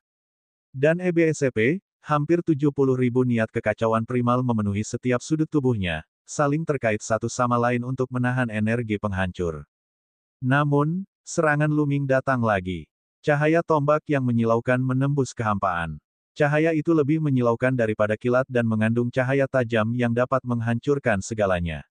Pada saat ini, Heng Hou harus menahan kekuatan penghancur di tubuhnya dan tidak dapat mengalihkan perhatiannya untuk melawan Looming. Tubuh ganda Yin Yang. Heng Hou meraung, dan tubuhnya mulai bersinar saat sebuah sosok tiba-tiba keluar dari tubuhnya. Sosok yang tampak persis seperti Heng Hou, memegang senjata abadi, tengah bertarung melawan Looming. Dalam sekejap mata, mereka telah bertukar puluhan jurus. Meskipun dia kehilangan arah, dia berhasil menahan serangan Looming untuk sementara. Markis sebelumnya mengeluarkan ki penghancur dari tubuhnya dengan sekuat tenaga dan segera bergabung dalam pertempuran. Kedua Markis melawan Looming bersama-sama. Menarik, Looming agak terkejut. Setelah mengamati lebih dekat, dia menyadari bahwa aura kedua Markis hampir sama. Kekuatan tempur mereka juga mirip. Ini agak mirip dengan teknik pemenggalan tiga mayat dalam beberapa hal. Dapat dikatakan bahwa teknik rahasia atau teknik abadi semacam ini juga sangat mengejutkan dan luar biasa kuatnya. Seperti yang diharapkan, dunia ini luas dan penuh keajaiban. Tidak ada yang bisa diremehkan. Namun, setelah pengamatan yang cermat, Looming menyadari bahwa tubuh ganda Yin dan Yang, pihak lain sangat berbeda dari pemisahan tiga mayat. Ketiga tubuh dari teknik membelah tiga mayat semuanya memiliki kemauan yang independen dan dapat dikultivasikan secara terpisah. Adapun dua tubuh dari tubuh ganda Yin dan Yang, kemauan mereka masih sama, dan mereka dapat melakukan dua hal sekaligus. Yang satu memiliki tubuh Yin, dan yang lain memiliki tubuh Yang. Kedua Marquise bergabung untuk melawan Looming. Mereka saling bertukar ratusan jurus, tetapi pada akhirnya, Looming masih lebih kuat. Kitab suci tombak tak terbatasnya, yang telah menembus batas, tidak terkalahkan. Kedua Markis terpaksa mundur. Pada akhirnya, Looming tiba-tiba maju dan mengayunkan tombaknya ke perut tubuh Yin yang kekal. Tubuh Yin itu terbang keluar seperti bola meriam, dan sebuah lubang besar meledak di perutnya. Darah dan daging beterbangan kemana-mana. Kemudian, cahaya tombak itu berubah menjadi tusukan, menusuk tubuh Yang. Tubuh Yang melawan dengan sekuat tenaga, tetapi tidak dapat menghentikan Looming sendirian. Dengan suara puff, lubang berdarah lain muncul di tubuhnya. Serangan Looming liar, ingin membunuh Heng Hou sepenuhnya. Heng Hou kalah dan terluka. Dia sama sekali bukan tandingan Looming. Bahkan jika mereka berdua bekerja sama, itu tidak ada gunanya. Dia ditekan oleh Looming. Setelah beberapa gerakan, tubuh Yin-nya terkena lagi dan hampir meledak. Tubuhnya dipenuhi retakan. Heng Hou berbalik dan pergi. Dia tahu bahwa jika dia terus bertarung, dia akan berada dalam bahaya kematian. Namun, kitab suci kekosongan Lu Ming sangat cepat. Dengan satu langkah, langit dipenuhi ilusi dan dia mencegat tubuh Yin dan Yang Heng Hou. Seberapa keras pun Ren Heng Hou berusaha, dia tidak bisa keluar. Wah, tubuh Yang Heng Hou terkena serangan dan meledak menjadi beberapa bagian. Jika dia tidak menggunakan hampir 70.000 Chaos Upanishad untuk memulihkannya dengan paksa, dia akan dihancurkan oleh Lu Ming. Brengsek. Tubuh Yin dan Yang Heng Hou berlumuran darah, gelisah dan marah. Luka-lukanya semakin parah. Jika terus seperti ini, dia akan benar-benar mati di sini. Dia terutama tidak ingin mati di tangan klan Xia. Aku akan berusaha sekuat tenaga. Ekspresi Heng Hou berubah menjadi ganas. Dia adalah orang yang tegas, jadi dia segera melaksanakan keputusannya. Tubuh Yin-nya bersinar dengan cahaya terang saat ia menyerang Lu Ming. Dia membakar tubuh fisik dan jiwanya yang abadi, serta energi abadi dan makna mendalamnya. Dia mengerahkan seluruh kemampuannya. Tubuhnya seperti bola api, meledak dengan kekuatan yang mengerikan saat dia menyerang Lu Ming dengan sekuat tenaga. Adapun tubuh Yang, ia segera melarikan diri keluar. Mengorbankan satu nyawa dan lolos dari nyawa yang lain merupakan keputusan yang diambil Heng Hou, dan keputusan terbaik yang pernah diambilnya. Tatapan mata Lu Ming dingin. Dia benar-benar ingin mengeluarkan labu kekacauan dan menyingkirkan pihak lain sesegera mungkin. Namun, dia takut jika dia tidak bisa membuat pihak lain tetap tinggal dan labu kekacauan itu dikirim, dia akan terbongkar. Begitu dia meninggalkan kosmos agung Jingzhen, dia akan menjadi sasaran ras surga tingkat alam semesta. Pada akhirnya, Lu Ming menahan diri dan tidak mengeluarkan labu kekacauan. Ledakan. Lu Ming mengerahkan kekuatannya secara ekstrim dan kitab suci tombak yang tak terbatas secara ekstrim. Ia melancarkan serangan hebat dan menghantam tubuh Yin yang membakar segalanya, menyebabkannya gemetar dan mundur. Bab 5828 Kerugian 3 Badan. Jika Heng Hou berada di puncaknya dan membakar segalanya untuk melawan Lu Ming, dia mungkin bisa melawan. Namun, dia terluka dan sudah terlambat baginya untuk membakar segalanya. Dia masih tidak bisa menghentikan Lu Ming. Mati. Melihat tubuh Yin Heng Hou tidak dapat menghentikan Lu Ming, kekejaman di wajahnya semakin kuat. Seluruh tubuhnya bersinar terang, memancarkan fluktuasi yang mengerikan. Hancurkan diri sendiri. Lu Ming mundur tanpa ragu-ragu. Pada saat yang sama, dia mengayunkan tombak panjangnya dan membentuk lapisan cahaya tombak di depannya sebagai perisai. Ledakan. Tubuh Yin Heng Hou meledak, berubah menjadi kekuatan penghancur yang menyerang Lu Ming. Kehancuran yang disebabkan oleh penghancuran diri dari keberadaan dengan hampir 70.000 aturan esoterik kekacauan sangat mengerikan. Lu Ming harus menghadapinya dengan hati-hati dan melawannya dengan sekuat tenaga. Pada akhirnya, ia bahkan mengaktifkan gambar Dao yang tak terhitung jumlahnya dan memadatkan berbagai teknik abadi untuk melawannya. Dengan penundaan ini, tubuh Yang Heng Hou telah lama menghilang. Tatapan mata Lu Ming dingin. Dia melangkah maju dan berubah menjadi kilatan cahaya, mengejar ke arah tempat Heng Hou melarikan diri. Ada satu hal yang perlu dia cari tahu. Bagaimana Heng Hou bisa masuk ke sini? Mungkinkah Kaisar Yue yang agung telah dikalahkan? Jika tidak, Heng Hou tidak akan bisa tinggal di ibu kota Kekaisaran Yue yang agung, karena di sana sangat berbahaya. Tak lama kemudian, Lu Ming meninggalkan tanah peluang dan tiba di ibu kota Kekaisaran Dayue. Saya baik-baik saja. Begitu dia keluar, Lu Ming dapat merasakan bahwa semuanya normal di ibu kota Kekaisaran Dayue. Bagaimana Heng Hou itu bisa masuk? Lu Ming bergegas ke langit dan menyebarkan kesadaran abadinya, meliputi seluruh ibu kota Dayue. Dia menemukannya. Lu Ming melihat ke arah utara. Dia dapat melihat bahwa Heng Hou sedang bergegas menuju utara. Dia kurang dari 100 mil jauhnya dari melarikan diri dari daerah yang ditutupi oleh formasi ibu kota Kekaisaran Yue yang agung. Formasi, bangkit, bunuh. Lu Ming menekan kedua tangannya ke depan dan rune yang tak terhitung jumlahnya memenuhi udara. Rune-rune itu memasuki kehampaan dan terhubung dengan formasi penjaga kota Kekaisaran Yue yang agung. Dengan satu pikiran, formasi pertahanan kota Kekaisaran Yue yang agung berada di bawah kendalinya. Sebuah lonceng hitam besar mengembun di utara dan menekan Heng Hou. Ekspresi Heng Hou berubah. Dia melambaikan tangannya dan sebuah jimat surgawi muncul. Itu adalah jimat surgawi yang diberikan Hua Tianye kepadanya. Sebelumnya, dia telah menggunakannya untuk memasuki ibu kota Kekaisaran Yue yang agung tanpa suara. Pada saat ini, dia tidak peduli dengan sakit hatinya. Setelah dia membuang jimat surgawi itu, jimat itu langsung terbakar dan berubah menjadi rune yang padat. Beberapa rune terbang menuju lonceng besar dan membungkusnya. Lonceng itu seperti balok es yang meleleh tanpa suara saat bersentuhan dengan api. Bagian lain dari rune itu terbang ke formasi di depannya. Perisai cahaya yang dibentuk oleh formasi perlindungan kota beriak seperti air, dan ribuan celah kecil muncul. Heng Hou bergegas menuju celah itu, dan dalam sekejap, dia telah menempuh jarak 100 mil. Dia bergegas keluar dari celah itu dan meninggalkan ibu kota Kekaisaran Yue yang agung. Sungguh jimat surgawi yang sangat dalam.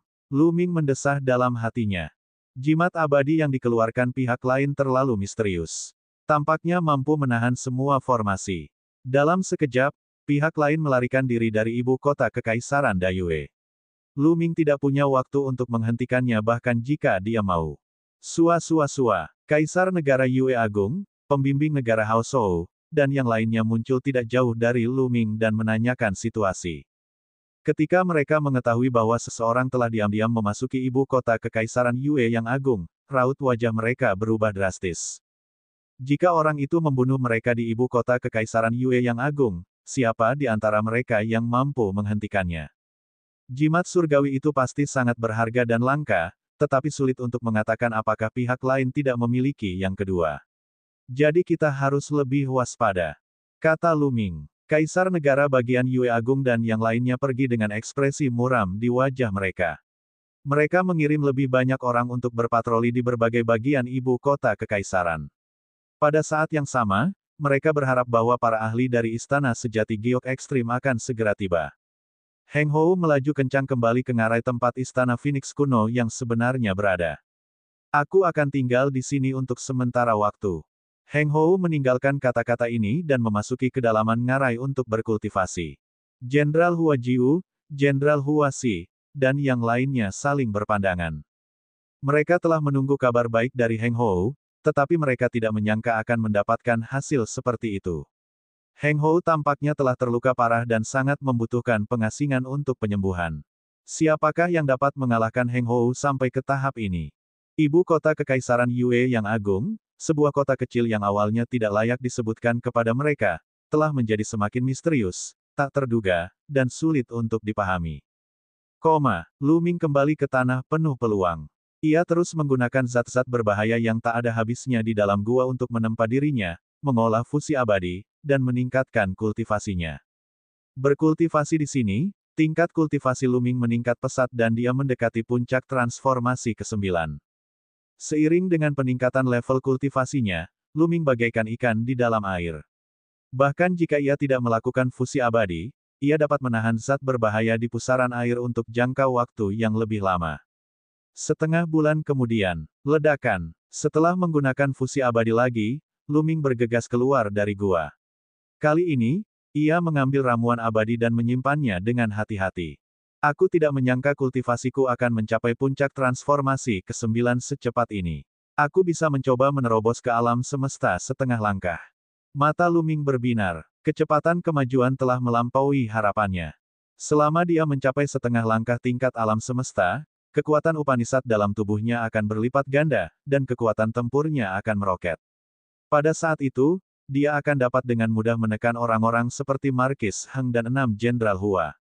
Bahkan jika dia bertemu dengan putra atau putri sejati yang telah menggabungkan lebih dari 90.000 jenis kekuatan kekacauan Upanishad, dia yakin bahwa dia dapat melawan mereka. Lu Ming, teknikmu membelah 3 mayat benar-benar misterius. Sebuah suara tua tiba-tiba terdengar. Lu Ming sangat gembira dan berkata, Senior King Tian, kamu sudah bangun. Bagaimana keadaanmu? Saat itu, leluhur langit cerah telah menghalangi cahaya abadi penghancur jiwa dari tingkat alam semesta untuknya sebelum tertidur lelap. Lu Ming selalu mengkhawatirkan hal ini. Karena luka awal leluhur langit cerah itu terlalu serius, dia telah menyembunyikan rahasia surgawi untuknya selama jutaan tahun, dan dia telah terkena cahaya abadi penghancur jiwa tingkat alam semesta. Lu Ming benar-benar takut dia akan mati selamanya. Sekarang setelah dia bangun, Lu Ming menghela napas lega. Aku belum akan mati, tapi aku sangat lemah. Aku tidak bisa banyak membantumu. Kau harus mengandalkan dirimu sendiri. Kata nenek moyang langit hijau. Senior bisa beristirahat dengan tenang dan memulihkan diri. Jika Anda butuh sesuatu, katakan saja. Junior ini akan berusaha sebaik mungkin untuk mencarikannya untuk senior.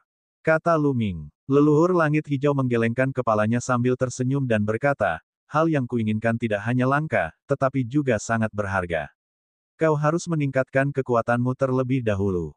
Ngomong-ngomong, aku telah mengamati bahwa meskipun teknik membelah tiga mayat sangat misterius dan memiliki kekuatan untuk merebut ciptaan langit dan bumi, itu bukan tanpa kekurangan. Kekurangannya, senior, tolong beritahu saya. Lu Ming berkata dengan nada serius. Kerugiannya adalah hal-hal yang tidak dapat diabaikan. Seni pemisahan tiga mayat adalah membagi satu mayat menjadi tiga dan berubah menjadi tiga tubuh. Ketiga tubuh itu adalah individu yang independen dengan kesadaran, karakter, dan kemampuan berpikir yang sepenuhnya independen. Itu setara dengan tiga orang yang sangat berbakat mengolahnya pada saat yang sama. Pada tahap ini, tidak diragukan lagi bahwa kelebihannya lebih besar daripada kekurangannya. Namun, seiring dengan peningkatan kultivasi Anda dan Anda mengalami lebih banyak hal, kesadaran yang berbeda dari ketiga tubuh itu juga akan menghasilkan ingatan, pikiran, dan keinginan yang berbeda. Seiring berjalannya waktu, saya khawatir ketiga tubuh itu tidak akan dapat hidup berdampingan dengan damai. Mereka bahkan mungkin berpisah atau saling bertarung dengan senjata mereka karena perbedaan cita-cita. Kata nenek moyang langit hijau. Jantung Lu Ming berdebar kencang. Sebenarnya, dia sudah memikirkan hal ini sebelumnya. Itulah sebabnya selama bertahun-tahun, ketiga benda itu terus bergerak bersama-sama dan tidak pernah terpisah. Bab 5829, Waktu terbaik untuk menyatu. Jika ketiga tubuh dipisahkan, mereka akan mengalami hal yang berbeda, memiliki ingatan yang berbeda, dan ide-ide mereka akan menjadi semakin berbeda. Ketika mereka bertiga bersama, mereka akan mengalami hal yang sama, jadi ide-ide mereka tidak akan memiliki perbedaan yang terlalu besar. Namun, jika terlalu banyak waktu yang berlalu, misalnya, puluhan juta tahun, ratusan juta tahun, miliaran tahun, 1 tahun bintang, atau 100 tahun bintang. Kalau mereka berjalan ke arah yang sama, kalau pada awalnya menyimpang sedikit, ketika jaraknya sudah cukup jauh, maka jarak di antara mereka pun akan sangat jauh pula. Dengan logika yang sama, jika ada cukup waktu, bahkan jika ketiga benda itu memiliki sedikit penyimpangan di awal, penyimpangan itu akan menjadi semakin besar di masa depan. Pada akhirnya, sangat mungkin itu akan menjadi seperti apa yang dikatakan leluhur pertama langit cerah. Senior, apakah ada solusinya? Lu Ming bertanya. Solusinya adalah menyatu selamanya. Ketiga tubuh akan menyatu sepenuhnya menjadi satu, dan jiwa akan menyatu satu sama lain. Ketiga kesadaran akan menjadi satu, dan tidak akan ada bahaya tersembunyi seperti itu. Lebih jauh, lebih baik melakukannya sesegera mungkin. Ketiga tubuh Anda memiliki pikiran yang sama dan memiliki tujuan serta cita-cita yang sama. Akan lebih mudah jika Anda ingin menggabungkannya. Dugaan saya adalah bahwa begitu Anda mencapai tingkatan alam semesta, akan terlalu sulit untuk menggabungkannya selamanya. Itu hampir mustahil. Kata nenek moyang langit hijau. Lu Ming mengangguk. Hal ini sejalan dengan pikirannya. Lebih tepatnya, hal ini sejalan dengan pikiran ketiga tubuh itu. Menurut pendapat saya, tahap fusi terbaik adalah saat Anda setengah langkah ke alam semesta untuk menembus tingkat alam semesta. Jika Anda dapat menggabungkan 100.000 Upanishad kekacauan ke dalam ketiga tubuh dan menembus tingkat alam semesta, itu akan memberi Anda manfaat yang tak terbayangkan. Saya bahkan tidak dapat membayangkan secara spesifik. Kata nenek moyang langit hijau. Lu Ming memikirkannya matang-matang dan merasa bahwa hal itu bisa dilakukan. Sangat sulit baginya untuk bersatu dengannya untuk selamanya, tetapi akan lebih mudah ketika ia mencapai alam semesta setengah langkah. Yang terpenting, ketiga badan itu memiliki ide yang sama. Mereka semua ingin bergabung menjadi satu. Tidak ada yang punya ide berbeda. Jika mereka mempunyai pikiran yang berbeda dan satu tubuh tidak mau menyatu, maka penyatuan pun tidak mungkin terjadi. Oleh karena itu, tahap alam semesta setengah langkah seharusnya menjadi tahap yang paling ideal. Masing-masing tiga badan memiliki 100.000 Upanishad kekacauan. Lu Ming menampakkan ekspresi penuh kerinduan dan penantian. Upanishad berkekuatan 100.000 adalah batas alam semesta setengah langkah. Setiap makhluk yang berkultivasi secara ekstrim di alam semesta setengah langkah dapat menggabungkan Upanishad berkekuatan 100.000. Namun, pada kenyataannya, sangat jarang bagi seseorang untuk mencapai tahap ini di alam semesta setengah langkah. Bahkan para ahli dari istana sejati reruntuhan kuno tidak yakin apakah dunia alam semesta sejati telah mencapai tahap ini dalam 1000 tahun bintang terakhir. Dikatakan bahwa makhluk pada tahap ini akan menerima manfaat besar setelah mereka berhasil mencapai tingkat alam semesta.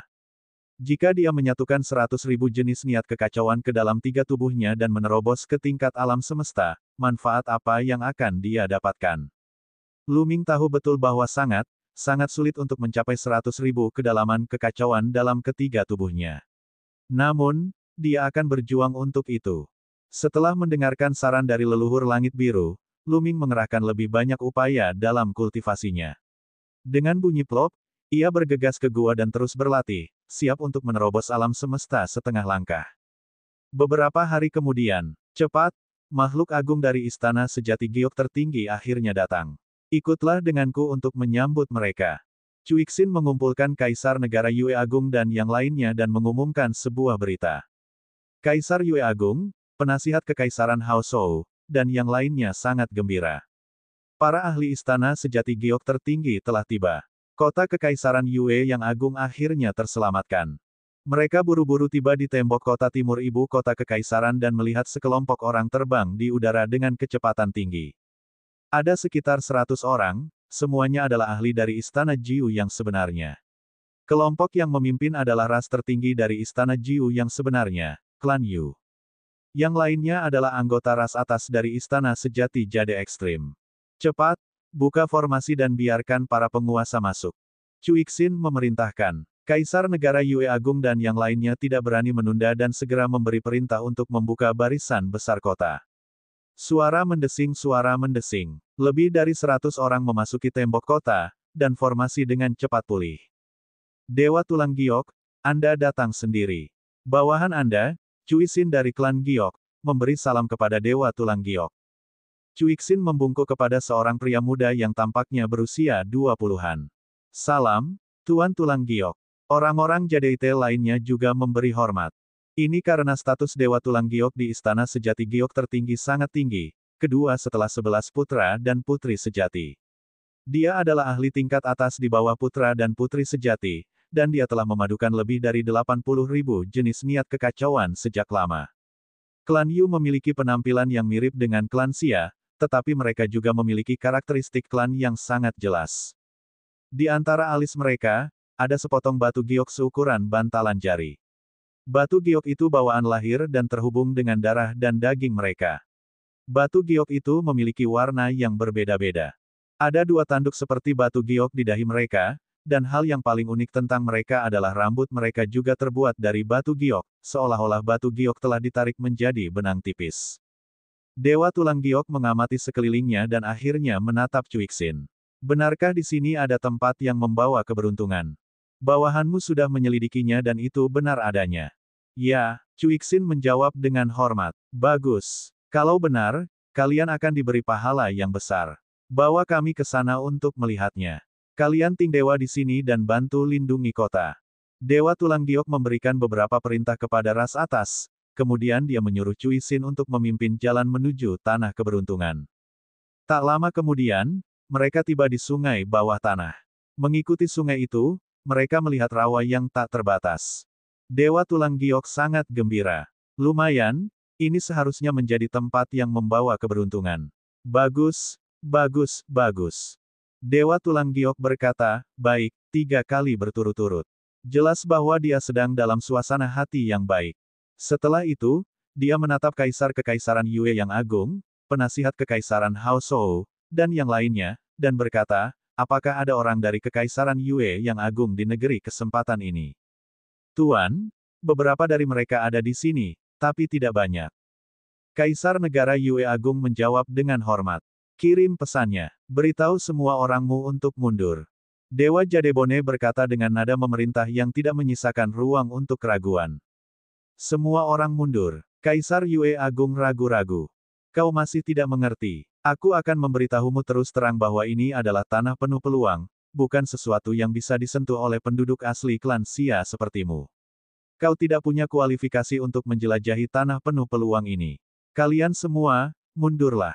Kalau tidak, jika kami bertemu denganmu, kami akan membunuhmu tanpa ampun. Seorang pemuda di samping Dewa Tulang Giok berkata dengan dingin. Dia seperti kaisar yang agung dan perkasa yang memandang rendah semut. Kaisar negara Yue Agung, penasihat kekaisaran Haozhou dan yang lainnya memiliki ekspresi yang tidak sedap dipandang. Mereka telah menemukan kesempatan luar biasa ini sejak lama, dan itu bahkan berada di dalam ibu kota kekaisaran Yue yang agung. Sekarang, mereka tidak memiliki bagian. Ada apa? Apakah kamu tidak puas? Pemuda yang baru saja berbicara itu melanjutkan perkataannya. Suaranya semakin dingin dan mengandung sedikit hawa membunuh, yang membuat kaisar negara bagian Yue Agung dan yang lainnya merasa dingin. Tuanku, Anda salah paham. Saya akan mengirim seseorang untuk memberitahu semua orang agar mundur. Kaisar negara Yue Agung berkata dengan cepat. Dia tidak ragu bahwa jika dia tidak setuju, orang-orang ini benar-benar akan menyerang. Orang-orang ini semuanya sangat kuat dan tak terduga. Jika mereka benar-benar ingin bertarung, mereka tidak akan dapat mengaktifkan formasi di sini, dan bahkan jika mereka bisa, mereka tidak akan sebanding. Kaisar Kekaisaran Yue yang agung telah mengirim beberapa jenderal untuk menyampaikan pesan tersebut. Orang-orang Kekaisaran Yue yang agung tidak berani masuk jauh ke rawa, dan mereka tidak jauh dari sini. Segera, semua orang Kekaisaran Yue yang agung mundur ke sungai. Bab 5830, paksa aku untuk membungkammu. Tuanku, kami semua sudah mundur. Kata Kaisar Negara Yue Agung. Beraninya kau berbohong kepada para penguasa klan Jade. Lucy jelas masih ada di dalam. Seorang pria kuat dari ras Jade memarahi. Masih ada orang lain. Alis Dewa Tulang Giok berkerut sedikit, dan angin kencang tampak bertiup di antara langit dan bumi, memenuhi udara dengan tekanan yang mengerikan. Tuan, Lucy itu bukan dari Kekaisaran Yue yang agung. Dia adalah seorang ahli dari klan Xia. Dia bekerja sama dengan kita untuk melawan balai kuno yang sebenarnya.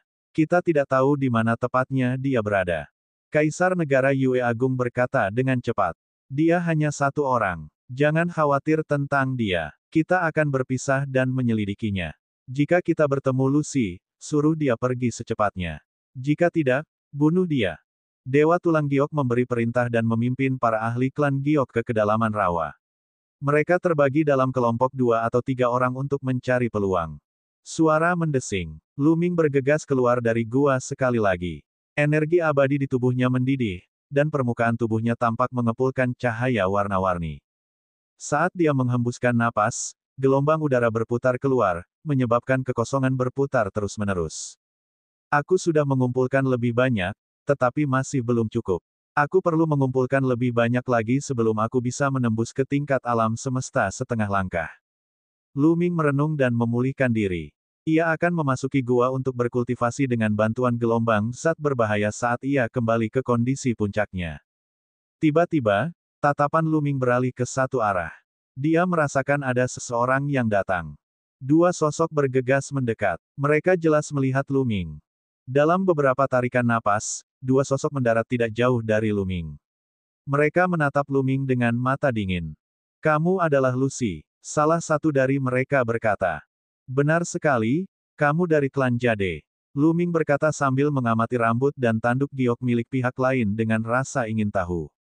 Benar sekali, kami dari ras Jade. Tempat ini sekarang berada di bawah yurisdiksi Istana Jade sejati tertinggi kami. Tidak seorang pun diizinkan masuk. Aku akan memberimu 3 napas waktu untuk menghilang dari pandangan kami dan meninggalkan tempat yang penuh dengan keberuntungan ini. Kau tidak akan pernah diizinkan masuk ke sini lagi. Seorang pemuda dari klan Jade dengan rambut merah seperti giok berkata. Dia masih melihat ke bawah dari atas dan memberikan perintah yang tidak perlu dipertanyakan lagi. Luming mengerutkan kening. Dari apa yang ku ketahui, siapapun bisa memasuki tanah peluang bagus. Mereka bisa memperoleh peluang dengan kemampuan mereka. Hehehe. Kedua pemuda dari klan Jade tertawa. Siapapun bisa masuk dan memperoleh peluang dengan kemampuan mereka sendiri. Itu hanya berlaku bagi para ahli dari 12 istana sejati. Kamu, penduduk asli klan Xia, seperti setitik debu dan kamu ingin bersaing dengan kami secara adil. Sungguh lelucon. Keadilan hanya berlaku untuk orang-orang yang memiliki pangkat dan status yang sama. Di mana keadilan bagi orang-orang yang pangkat dan statusnya berbeda? Kedua pemuda dari klan Jade itu mencibir. Lu Ming setenang sumur kuno. Ia kembali tenang dan berkata, bagaimana kalau aku tidak pergi? Aku sarankan kau pergi saja. Jangan bersikap tidak tahu terima kasih. Pemuda berambut merah itu berkata dengan acuh tak acuh.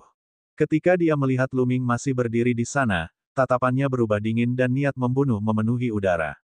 Aku akan memberimu 3 napas waktu untuk menghilang dari pandangan kami. Kalau tidak, kau akan mati. Wah, Lu Ming segera bergerak. Ia mengerahkan seluruh kekuatannya begitu ia menyerang. Ketiganya bekerja sama, dan kekuatan dahsyat itu berubah menjadi 2 tombak tajam, menusuk kedua ahli dari klan Jade. Mustahil baginya untuk mundur. Ia harus berkultivasi di sini dan menerobos ke alam semesta setengah langkah. Dia tahu bahwa jika dia tidak pergi, kedua pemuda dari klan Jade pasti akan membunuhnya. Kalau begitu, dia mungkin juga akan mengambil langkah pertama dan membunuh pihak lainnya. Lu Ming tidak ingin bermusuhan dengan klan Jade, tetapi mereka menganggapnya sebagai semut yang dapat dibunuh sesuka hati. Dia hanya bisa membalas dendam. Anda berani sekali. Kedua ahli klan Jade jelas tidak menyangka Lu Ming begitu berani menyerang mereka lebih dulu. Namun, mereka bukanlah orang biasa, dan reaksi mereka sangat cepat. Kekuatan surgawi mereka meledak dalam sekejap, dan mereka menggunakan 2 teknik surgawi. Sayangnya, ada kesenjangan besar antara mereka dan Lu Ming yang telah berusaha sekuat tenaga. Puff, puff. Kedua tombak itu menghancurkan serangan mereka dan menembus tubuh mereka.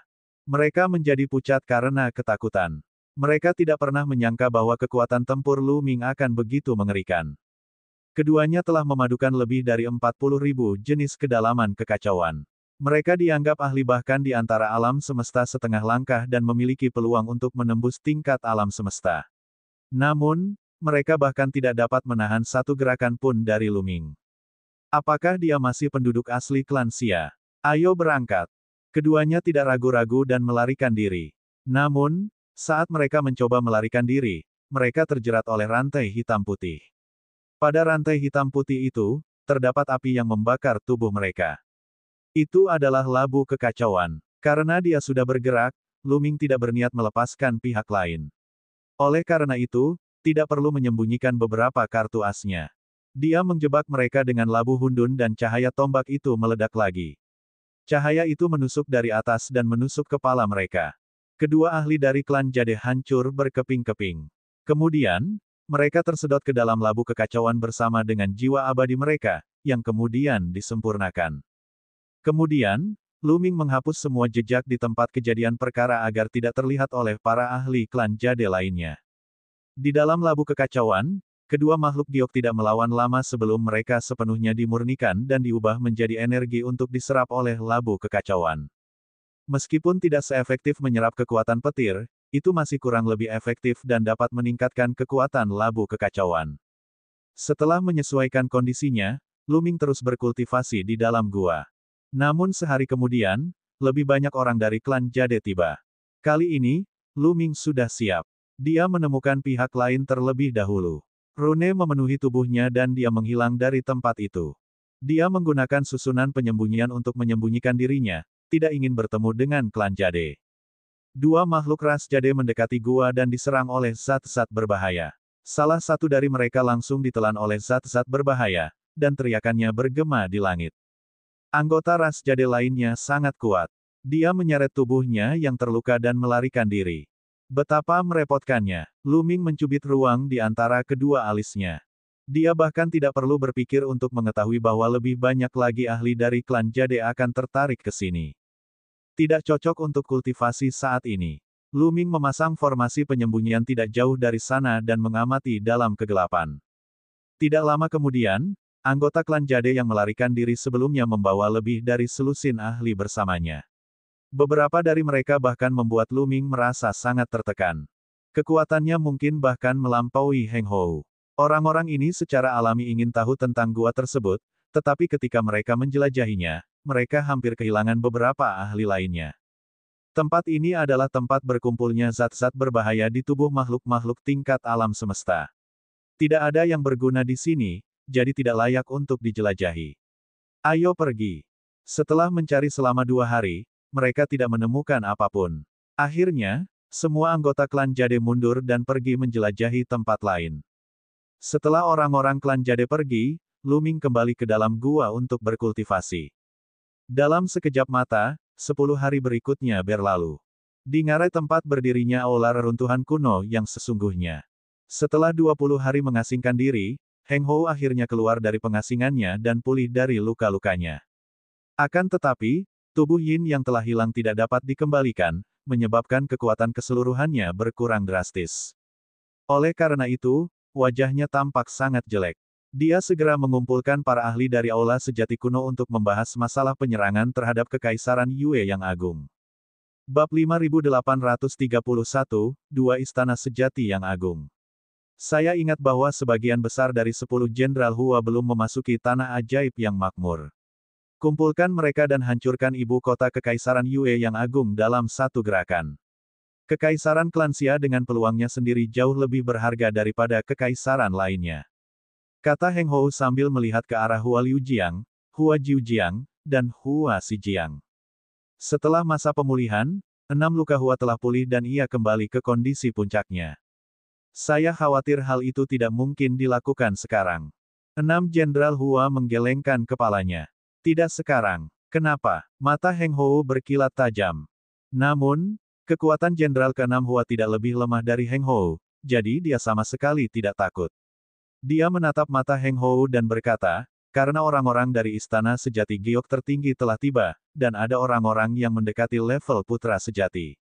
Bahkan jika kita memanggil semua Jenderal Huasi keluar, kita tidak akan dapat menerobos kota Kekaisaran Yue yang agung. Wajah Heng Hou langsung menjadi gelap.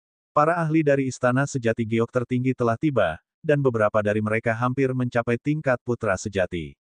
Hal ini membuat Istana Sejati Phoenix kuno sangat sulit untuk bertarung kecuali mereka mengirimkan putra dan putri sejati. Akan tetapi kini, putra-putri sejati itu semuanya telah memasuki tanah ajaib yang terberkati dan belum keluar. Ketika putra-putri sejati dari Istana Sejati Ki kuno keluar dari tempat ajaib Fulong, putra-putri sejati dari Istana Sejati Giok Ekstrim juga keluar, tetapi mereka juga tidak bisa bergerak. Ada 10 putra dan putri sejati di Istana Zen kuno, sementara ada 11 di Istana Giok Ekstrim. Istana Zen kuno sendiri tidak dapat menembus pertahanan Istana Giok Ekstrim. Sebarkan berita ini dan biarkan istana-istana sejati lainnya datang dan menyerang ibu kota Kekaisaran Yue yang agung bersama-sama. Heng Hou tiba-tiba berkata, sebarkan beritanya, maka negeri keberuntungan ini akan terbongkar dan istana Phoenix kuno kita yang sebenarnya tidak akan bisa menyimpannya untuk diri kita sendiri. Hua Jiu terkejut dan meninggikan suaranya. Apakah kau pikir jika kau tidak menyebarkannya, istana sejati Phoenix kuno kita dapat memonopolinya? Heng Hou bertanya dengan dingin. Jenderal Hua Jiu terdiam sejenak. Karena para ahli dari istana sejati Giok tertinggi telah tiba, akan menjadi mimpi yang sia-sia bagi Gu Zhen untuk mengklaimnya untuk dirinya sendiri. Saya mengusulkan bahwa karena kita tidak dapat memonopoli hal tersebut, sebaiknya kita perkeruh suasana dan mungkin kita dapat memperoleh manfaatnya. 6 Jenderal Hua berkata, terakhir kali mereka menyerang ibu kota Kekaisaran Yue Agung, Jenderal ke-6 Hua terluka parah dan fondasinya hampir hancur. Dia diam-diam bersumpah dalam hatinya bahwa dia akan menghancurkan ibu kota Kekaisaran Yue Agung dan membunuh semua orang dari dinasti Yue Agung untuk melampiaskan kebencian di hatinya. Anggukan kepala 6 Jenderal Hua membuat ekspresi Heng Hou menjadi tenang. Dia punya ide yang sama. Mereka harus membunuh Lu Ming dengan cara apapun. Karena dua ahli terkuat yang hadir telah membuat keputusan yang sama, yang lain tentu saja tidak akan keberatan. Segera, Heng Hou dan Hua Liu mengirim beberapa orang untuk diam-diam menyampaikan berita itu ke istana sejati lainnya. Tentu saja, tidak mungkin untuk menyebarkannya ke seluruh dunia. Selama 1 atau 2 istana sejati mengetahuinya, itu sudah cukup untuk menghancurkan ibu kota Kekaisaran Yue yang agung. Dalam sekejap mata, 10 hari berikutnya berlalu. Degup-degup-degup, suara genderang perang tiba-tiba bergema di ibu kota Kekaisaran Yue yang agung. Seketika, formasi itu diaktifkan, dan simbol-simbol memenuhi udara. Satu persatu sosok mendarat di semua sisi tembok kota. Di langit, awan gelap menutupi langit dan matahari. Seluruh dunia tampak telah jatuh ke dalam kegelapan yang tak berujung. Seolah-olah semua cahaya di dunia telah diambil, hanya menyisakan kegelapan. Belum lagi orang biasa, bahkan makhluk abadi pun tidak bisa melihat lebih dari 1 meter. Hanya makhluk abadi yang lebih mampu, tetapi kekuatan mereka juga sangat terhambat. Bahkan kekuatan alam semesta setengah langkah pun kurang dari setengah kekuatan biasanya. Ini klan kegelapan. Para ahli dari Istana Malam Abadi telah tiba. Seorang lelaki tua dari klan Jade berkata dengan ekspresi gelap. Mengapa Istana Malam Abadi? Para ahli lainnya dari klan Jade merasa bingung. Aku tidak yakin, tetapi situasinya tidak baik. Jika Istana Phoenix kuno juga menyerang, kita tidak akan bisa menghentikan mereka. Cepat, laporkan pada Dewa Tulang Giok. Kita tidak cukup kuat. Orang tua dari klan Jade memerintahkan dengan tergesa-gesa. Ledakan. Di langit, pilar cahaya hitam besar jatuh dari langit dan menghantam barisan pertahanan. Formasi perlindungan kota berguncang hebat dan hampir runtuh. Ledakan, ledakan, ledakan. Segera setelah itu, pilar cahaya gelap terus membombardir ibu kota Kekaisaran Yue yang agung, menyebabkannya berguncang seolah-olah akan meledak kapan saja. Kalau bukan karena orang-orang dari Istana Sejati Giok tertinggi yang terus-menerus memperkuat formasi setelah memasuki ibu kota dan memasang tidak kurang dari 10.000 batu giok khusus di seluruh ibu kota, formasi pelindung kota besar itu mungkin tidak akan mampu menahannya. Jelaslah bahwa Istana Malam Abadi yang sesungguhnya telah datang dengan persiapan kali ini dan telah menggunakan kekuatan yang dahsyat. Puluhan ribu mil jauhnya dari kota Kekaisaran Yue yang agung, sekelompok orang bersembunyi dalam kegelapan dan mengamati. Mereka adalah para ahli dari Istana Sejati Phoenix kuno. Pada saat ini, ada lebih banyak ahli di Istana Zen kuno. Beberapa dari mereka jauh lebih kuat daripada Heng Hou dan 6 jenderal keluarga Hua, dan mereka adalah beberapa yang teratas di antara 6 jenderal keluarga Hua. Saya khawatir Istana Malam Abadi saja tidak akan mampu menembus pertahanan Istana Giok tertinggi. 6 jenderal Hua berkata, jangan khawatir, ada juga Istana Sejati yang tidak berwarna. Mereka mungkin ada di sini sekarang dan bersembunyi dalam kegelapan. Aku yakin mereka juga berencana untuk meraup keuntungan. Namun, jika Istana Sejati Malam Abadi tidak dapat dihancurkan, mereka pasti akan bergerak. Heng Hou tertawa dingin. Tidak lama setelah Istana Yongye melancarkan serangan, Dewa Tulang Giok tiba dengan tergesa-gesa bersama orang-orang dari Istana Giok tertinggi. Mereka tidak masuk terlalu dalam ke rawa. Untuk mencegah Aula Phoenix kuno yang sebenarnya menyerang kota, mereka meninggalkan lempengan jiwa untuk menghubungi yang lain. Begitu lempengan jiwa itu pecah, mereka akan segera kembali. Dewa Tulang Giok dan yang lainnya memperkuat formasi, yang sangat meningkatkan kekuatannya dan menahan serangan Istana Malam Abadi. Hehehe, Dark Demon, sepertinya kau tidak bisa menghancurkan pertahanan Supreme Jade True Palace sendirian. Biar kami yang melakukannya. Suara tawa yang memekakkan telinga terdengar dari kegelapan. Kemudian, seberkas cahaya transparan bersinar dari kegelapan, merobek kegelapan dan menyebar dengan cepat. Tak lama kemudian, separuh langit tertutup oleh cahaya transparan itu. Sekelompok orang perlahan muncul. Ras darah tak berwarna. Itulah Istana Sejati tak berwarna. Di dalam formasi, pupil mata orang-orang Istana Giok tertinggi menyusut dengan cepat. Ras darah tak berwarna dari Istana Sejati tak berwarna dan ras gelap dari Istana Sejati Malam Abadi adalah ras tertinggi. Mereka sangat kuat dan tidak lebih lemah dari ras Jade dan ras Xiu. Hal ini terutama berlaku bagi ras darah tak berwarna. Mereka bahkan lebih menakutkan dan berbakat. Darah yang mengalir melalui tubuh mereka tidak berwarna. Mereka dikenal sebagai kaisar dari semua darah, kaisar darah. Mereka dapat melahap darah semua makhluk hidup dan mengubahnya menjadi darah mereka sendiri yang tidak berwarna untuk mencapai tujuan meningkatkan kultivasi mereka. Suara mendesing. Layar cahaya tak berwarna melesat menuju ibu kota Kekaisaran Yue yang agung. Dalam proses keluarnya, tirai cahaya tak berwarna itu berubah menjadi lautan darah 7 warna. Ada merah, biru, perak, hitam, emas, dan hijau. 7 lautan hijau menghantam ibu kota Kekaisaran Yue yang agung. Seolah-olah mereka telah dihantam oleh 7 kosmos besar, dan ibu kota Kekaisaran Yue yang agung hampir terlempar. Ibu kota Kekaisaran Yue yang agung tidak sebanding dengan 2 aula sungguhan, dan retakan mulai muncul pada formasi pertahanan kota. Mari kita bunuh jalan masuknya. Suara dingin bergema di langit. hingga 6 sosok bergegas keluar dari istana nyata tak berwarna dan istana nyata malam abadi hampir bersamaan.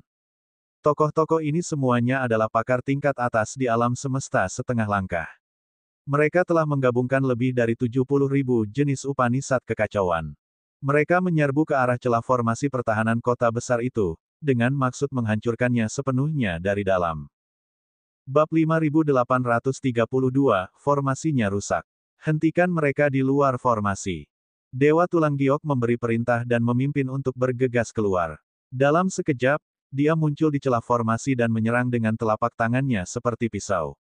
Orang dapat melihat bahwa salah satu lengannya telah berubah sepenuhnya menjadi warna giok, warna yang sama dengan rambutnya. Telapak tangan itu diarahkan ke petarung terkuat sang kegelapan, Dark Demon. Bibir iblis hitam itu melengkung ketika dia menghunus senjata abadi miliknya, pedang bayangan. Dengan suara berdenting, keduanya bertabrakan, dan kekuatannya menyebar dengan cepat. Tubuh mereka berdua bergetar, dan mereka mundur puluhan meter. Konon, tubuh jade milik ras jade tidak terkalahkan dan dapat menghancurkan apapun. Tubuh ini sebanding dengan senjata abadi. Tubuh ini sesuai dengan reputasinya. Sekali lagi. Mati. Iblis gelap itu meraung dan menyerang Dewa Tulang Giok itu lagi.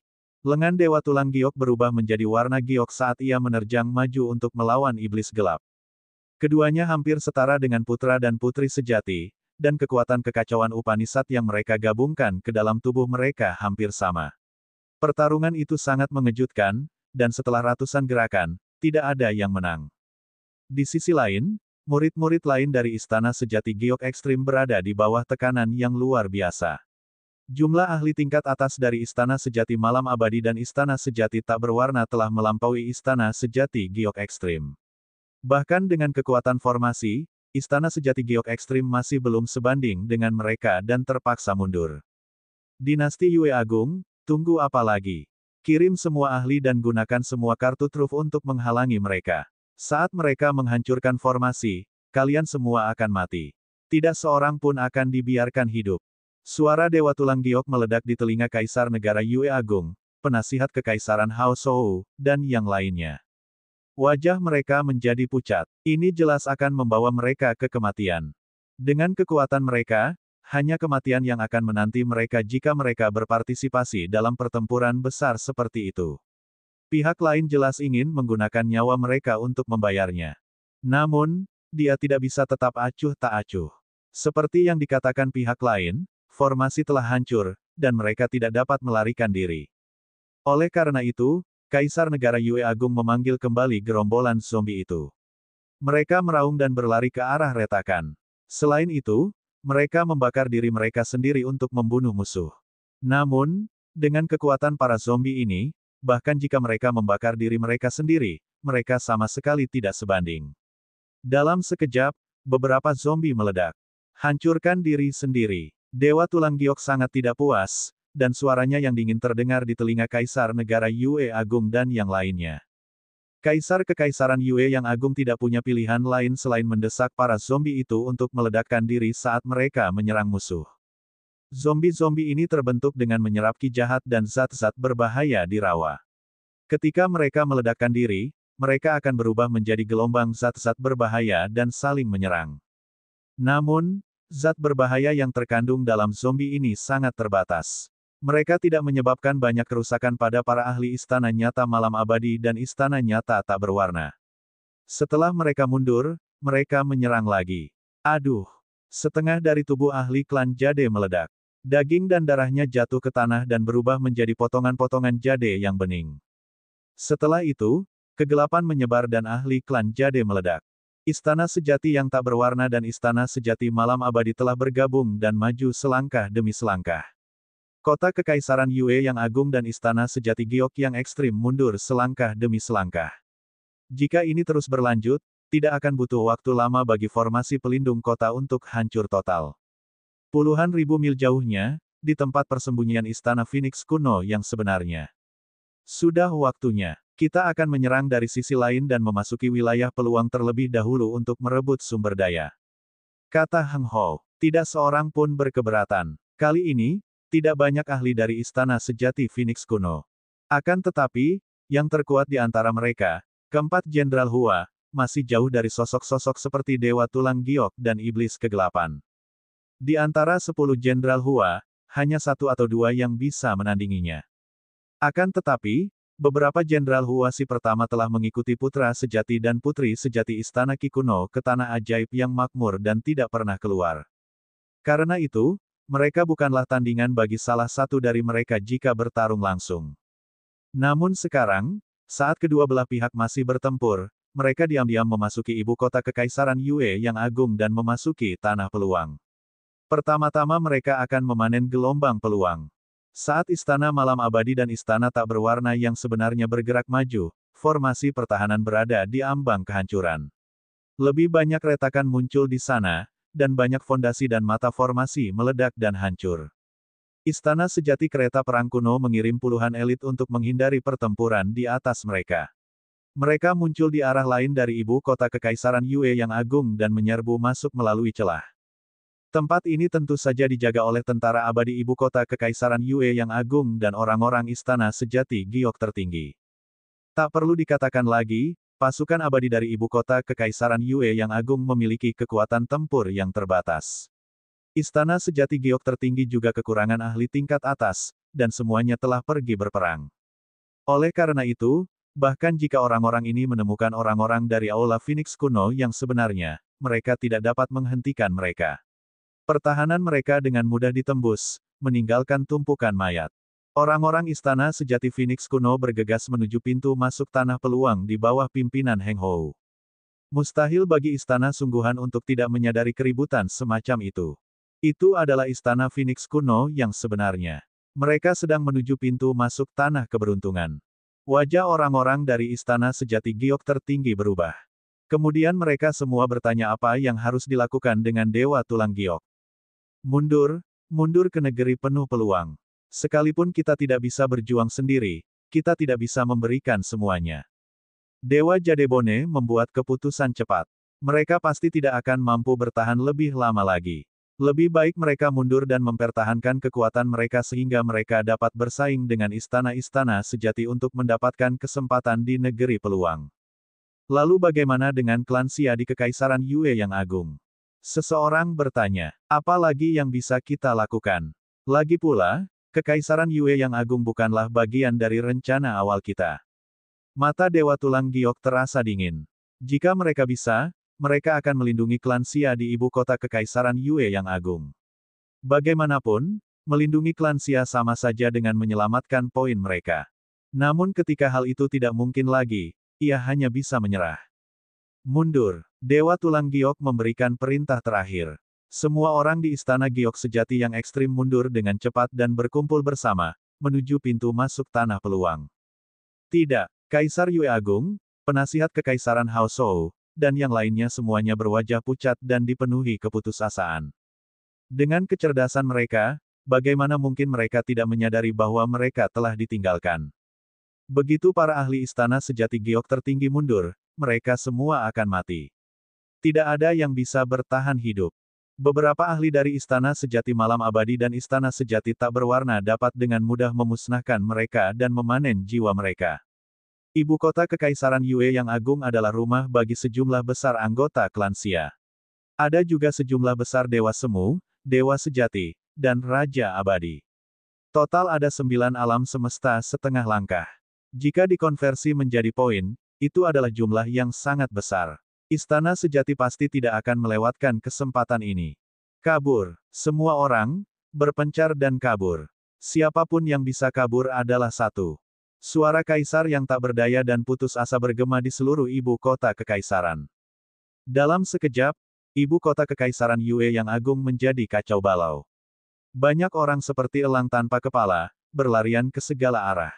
Pada saat ini, puluhan ahli dari Istana Sejati Phoenix kuno sudah mendekati pintu masuk tanah peluang. Tiba-tiba, ledakan. Sebuah ledakan besar terjadi di pintu masuk tanah peluang. Sosok-sosok Istana Phoenix kuno terbang keluar seperti bola meriam dan meledakkan puluhan rumah. Itu kamu. Mari kita bergabung dan membunuhnya. Raungan marah terdengar, tetapi segera diikuti oleh jeritan kesakitan. Para ahli dari Istana Sejati Phoenix kuno juga mundur dengan tergesa-gesa. Sosok muncul di pintu masuk aula reruntuhan kebenaran kuno. Sosok itu adalah Lu Ming.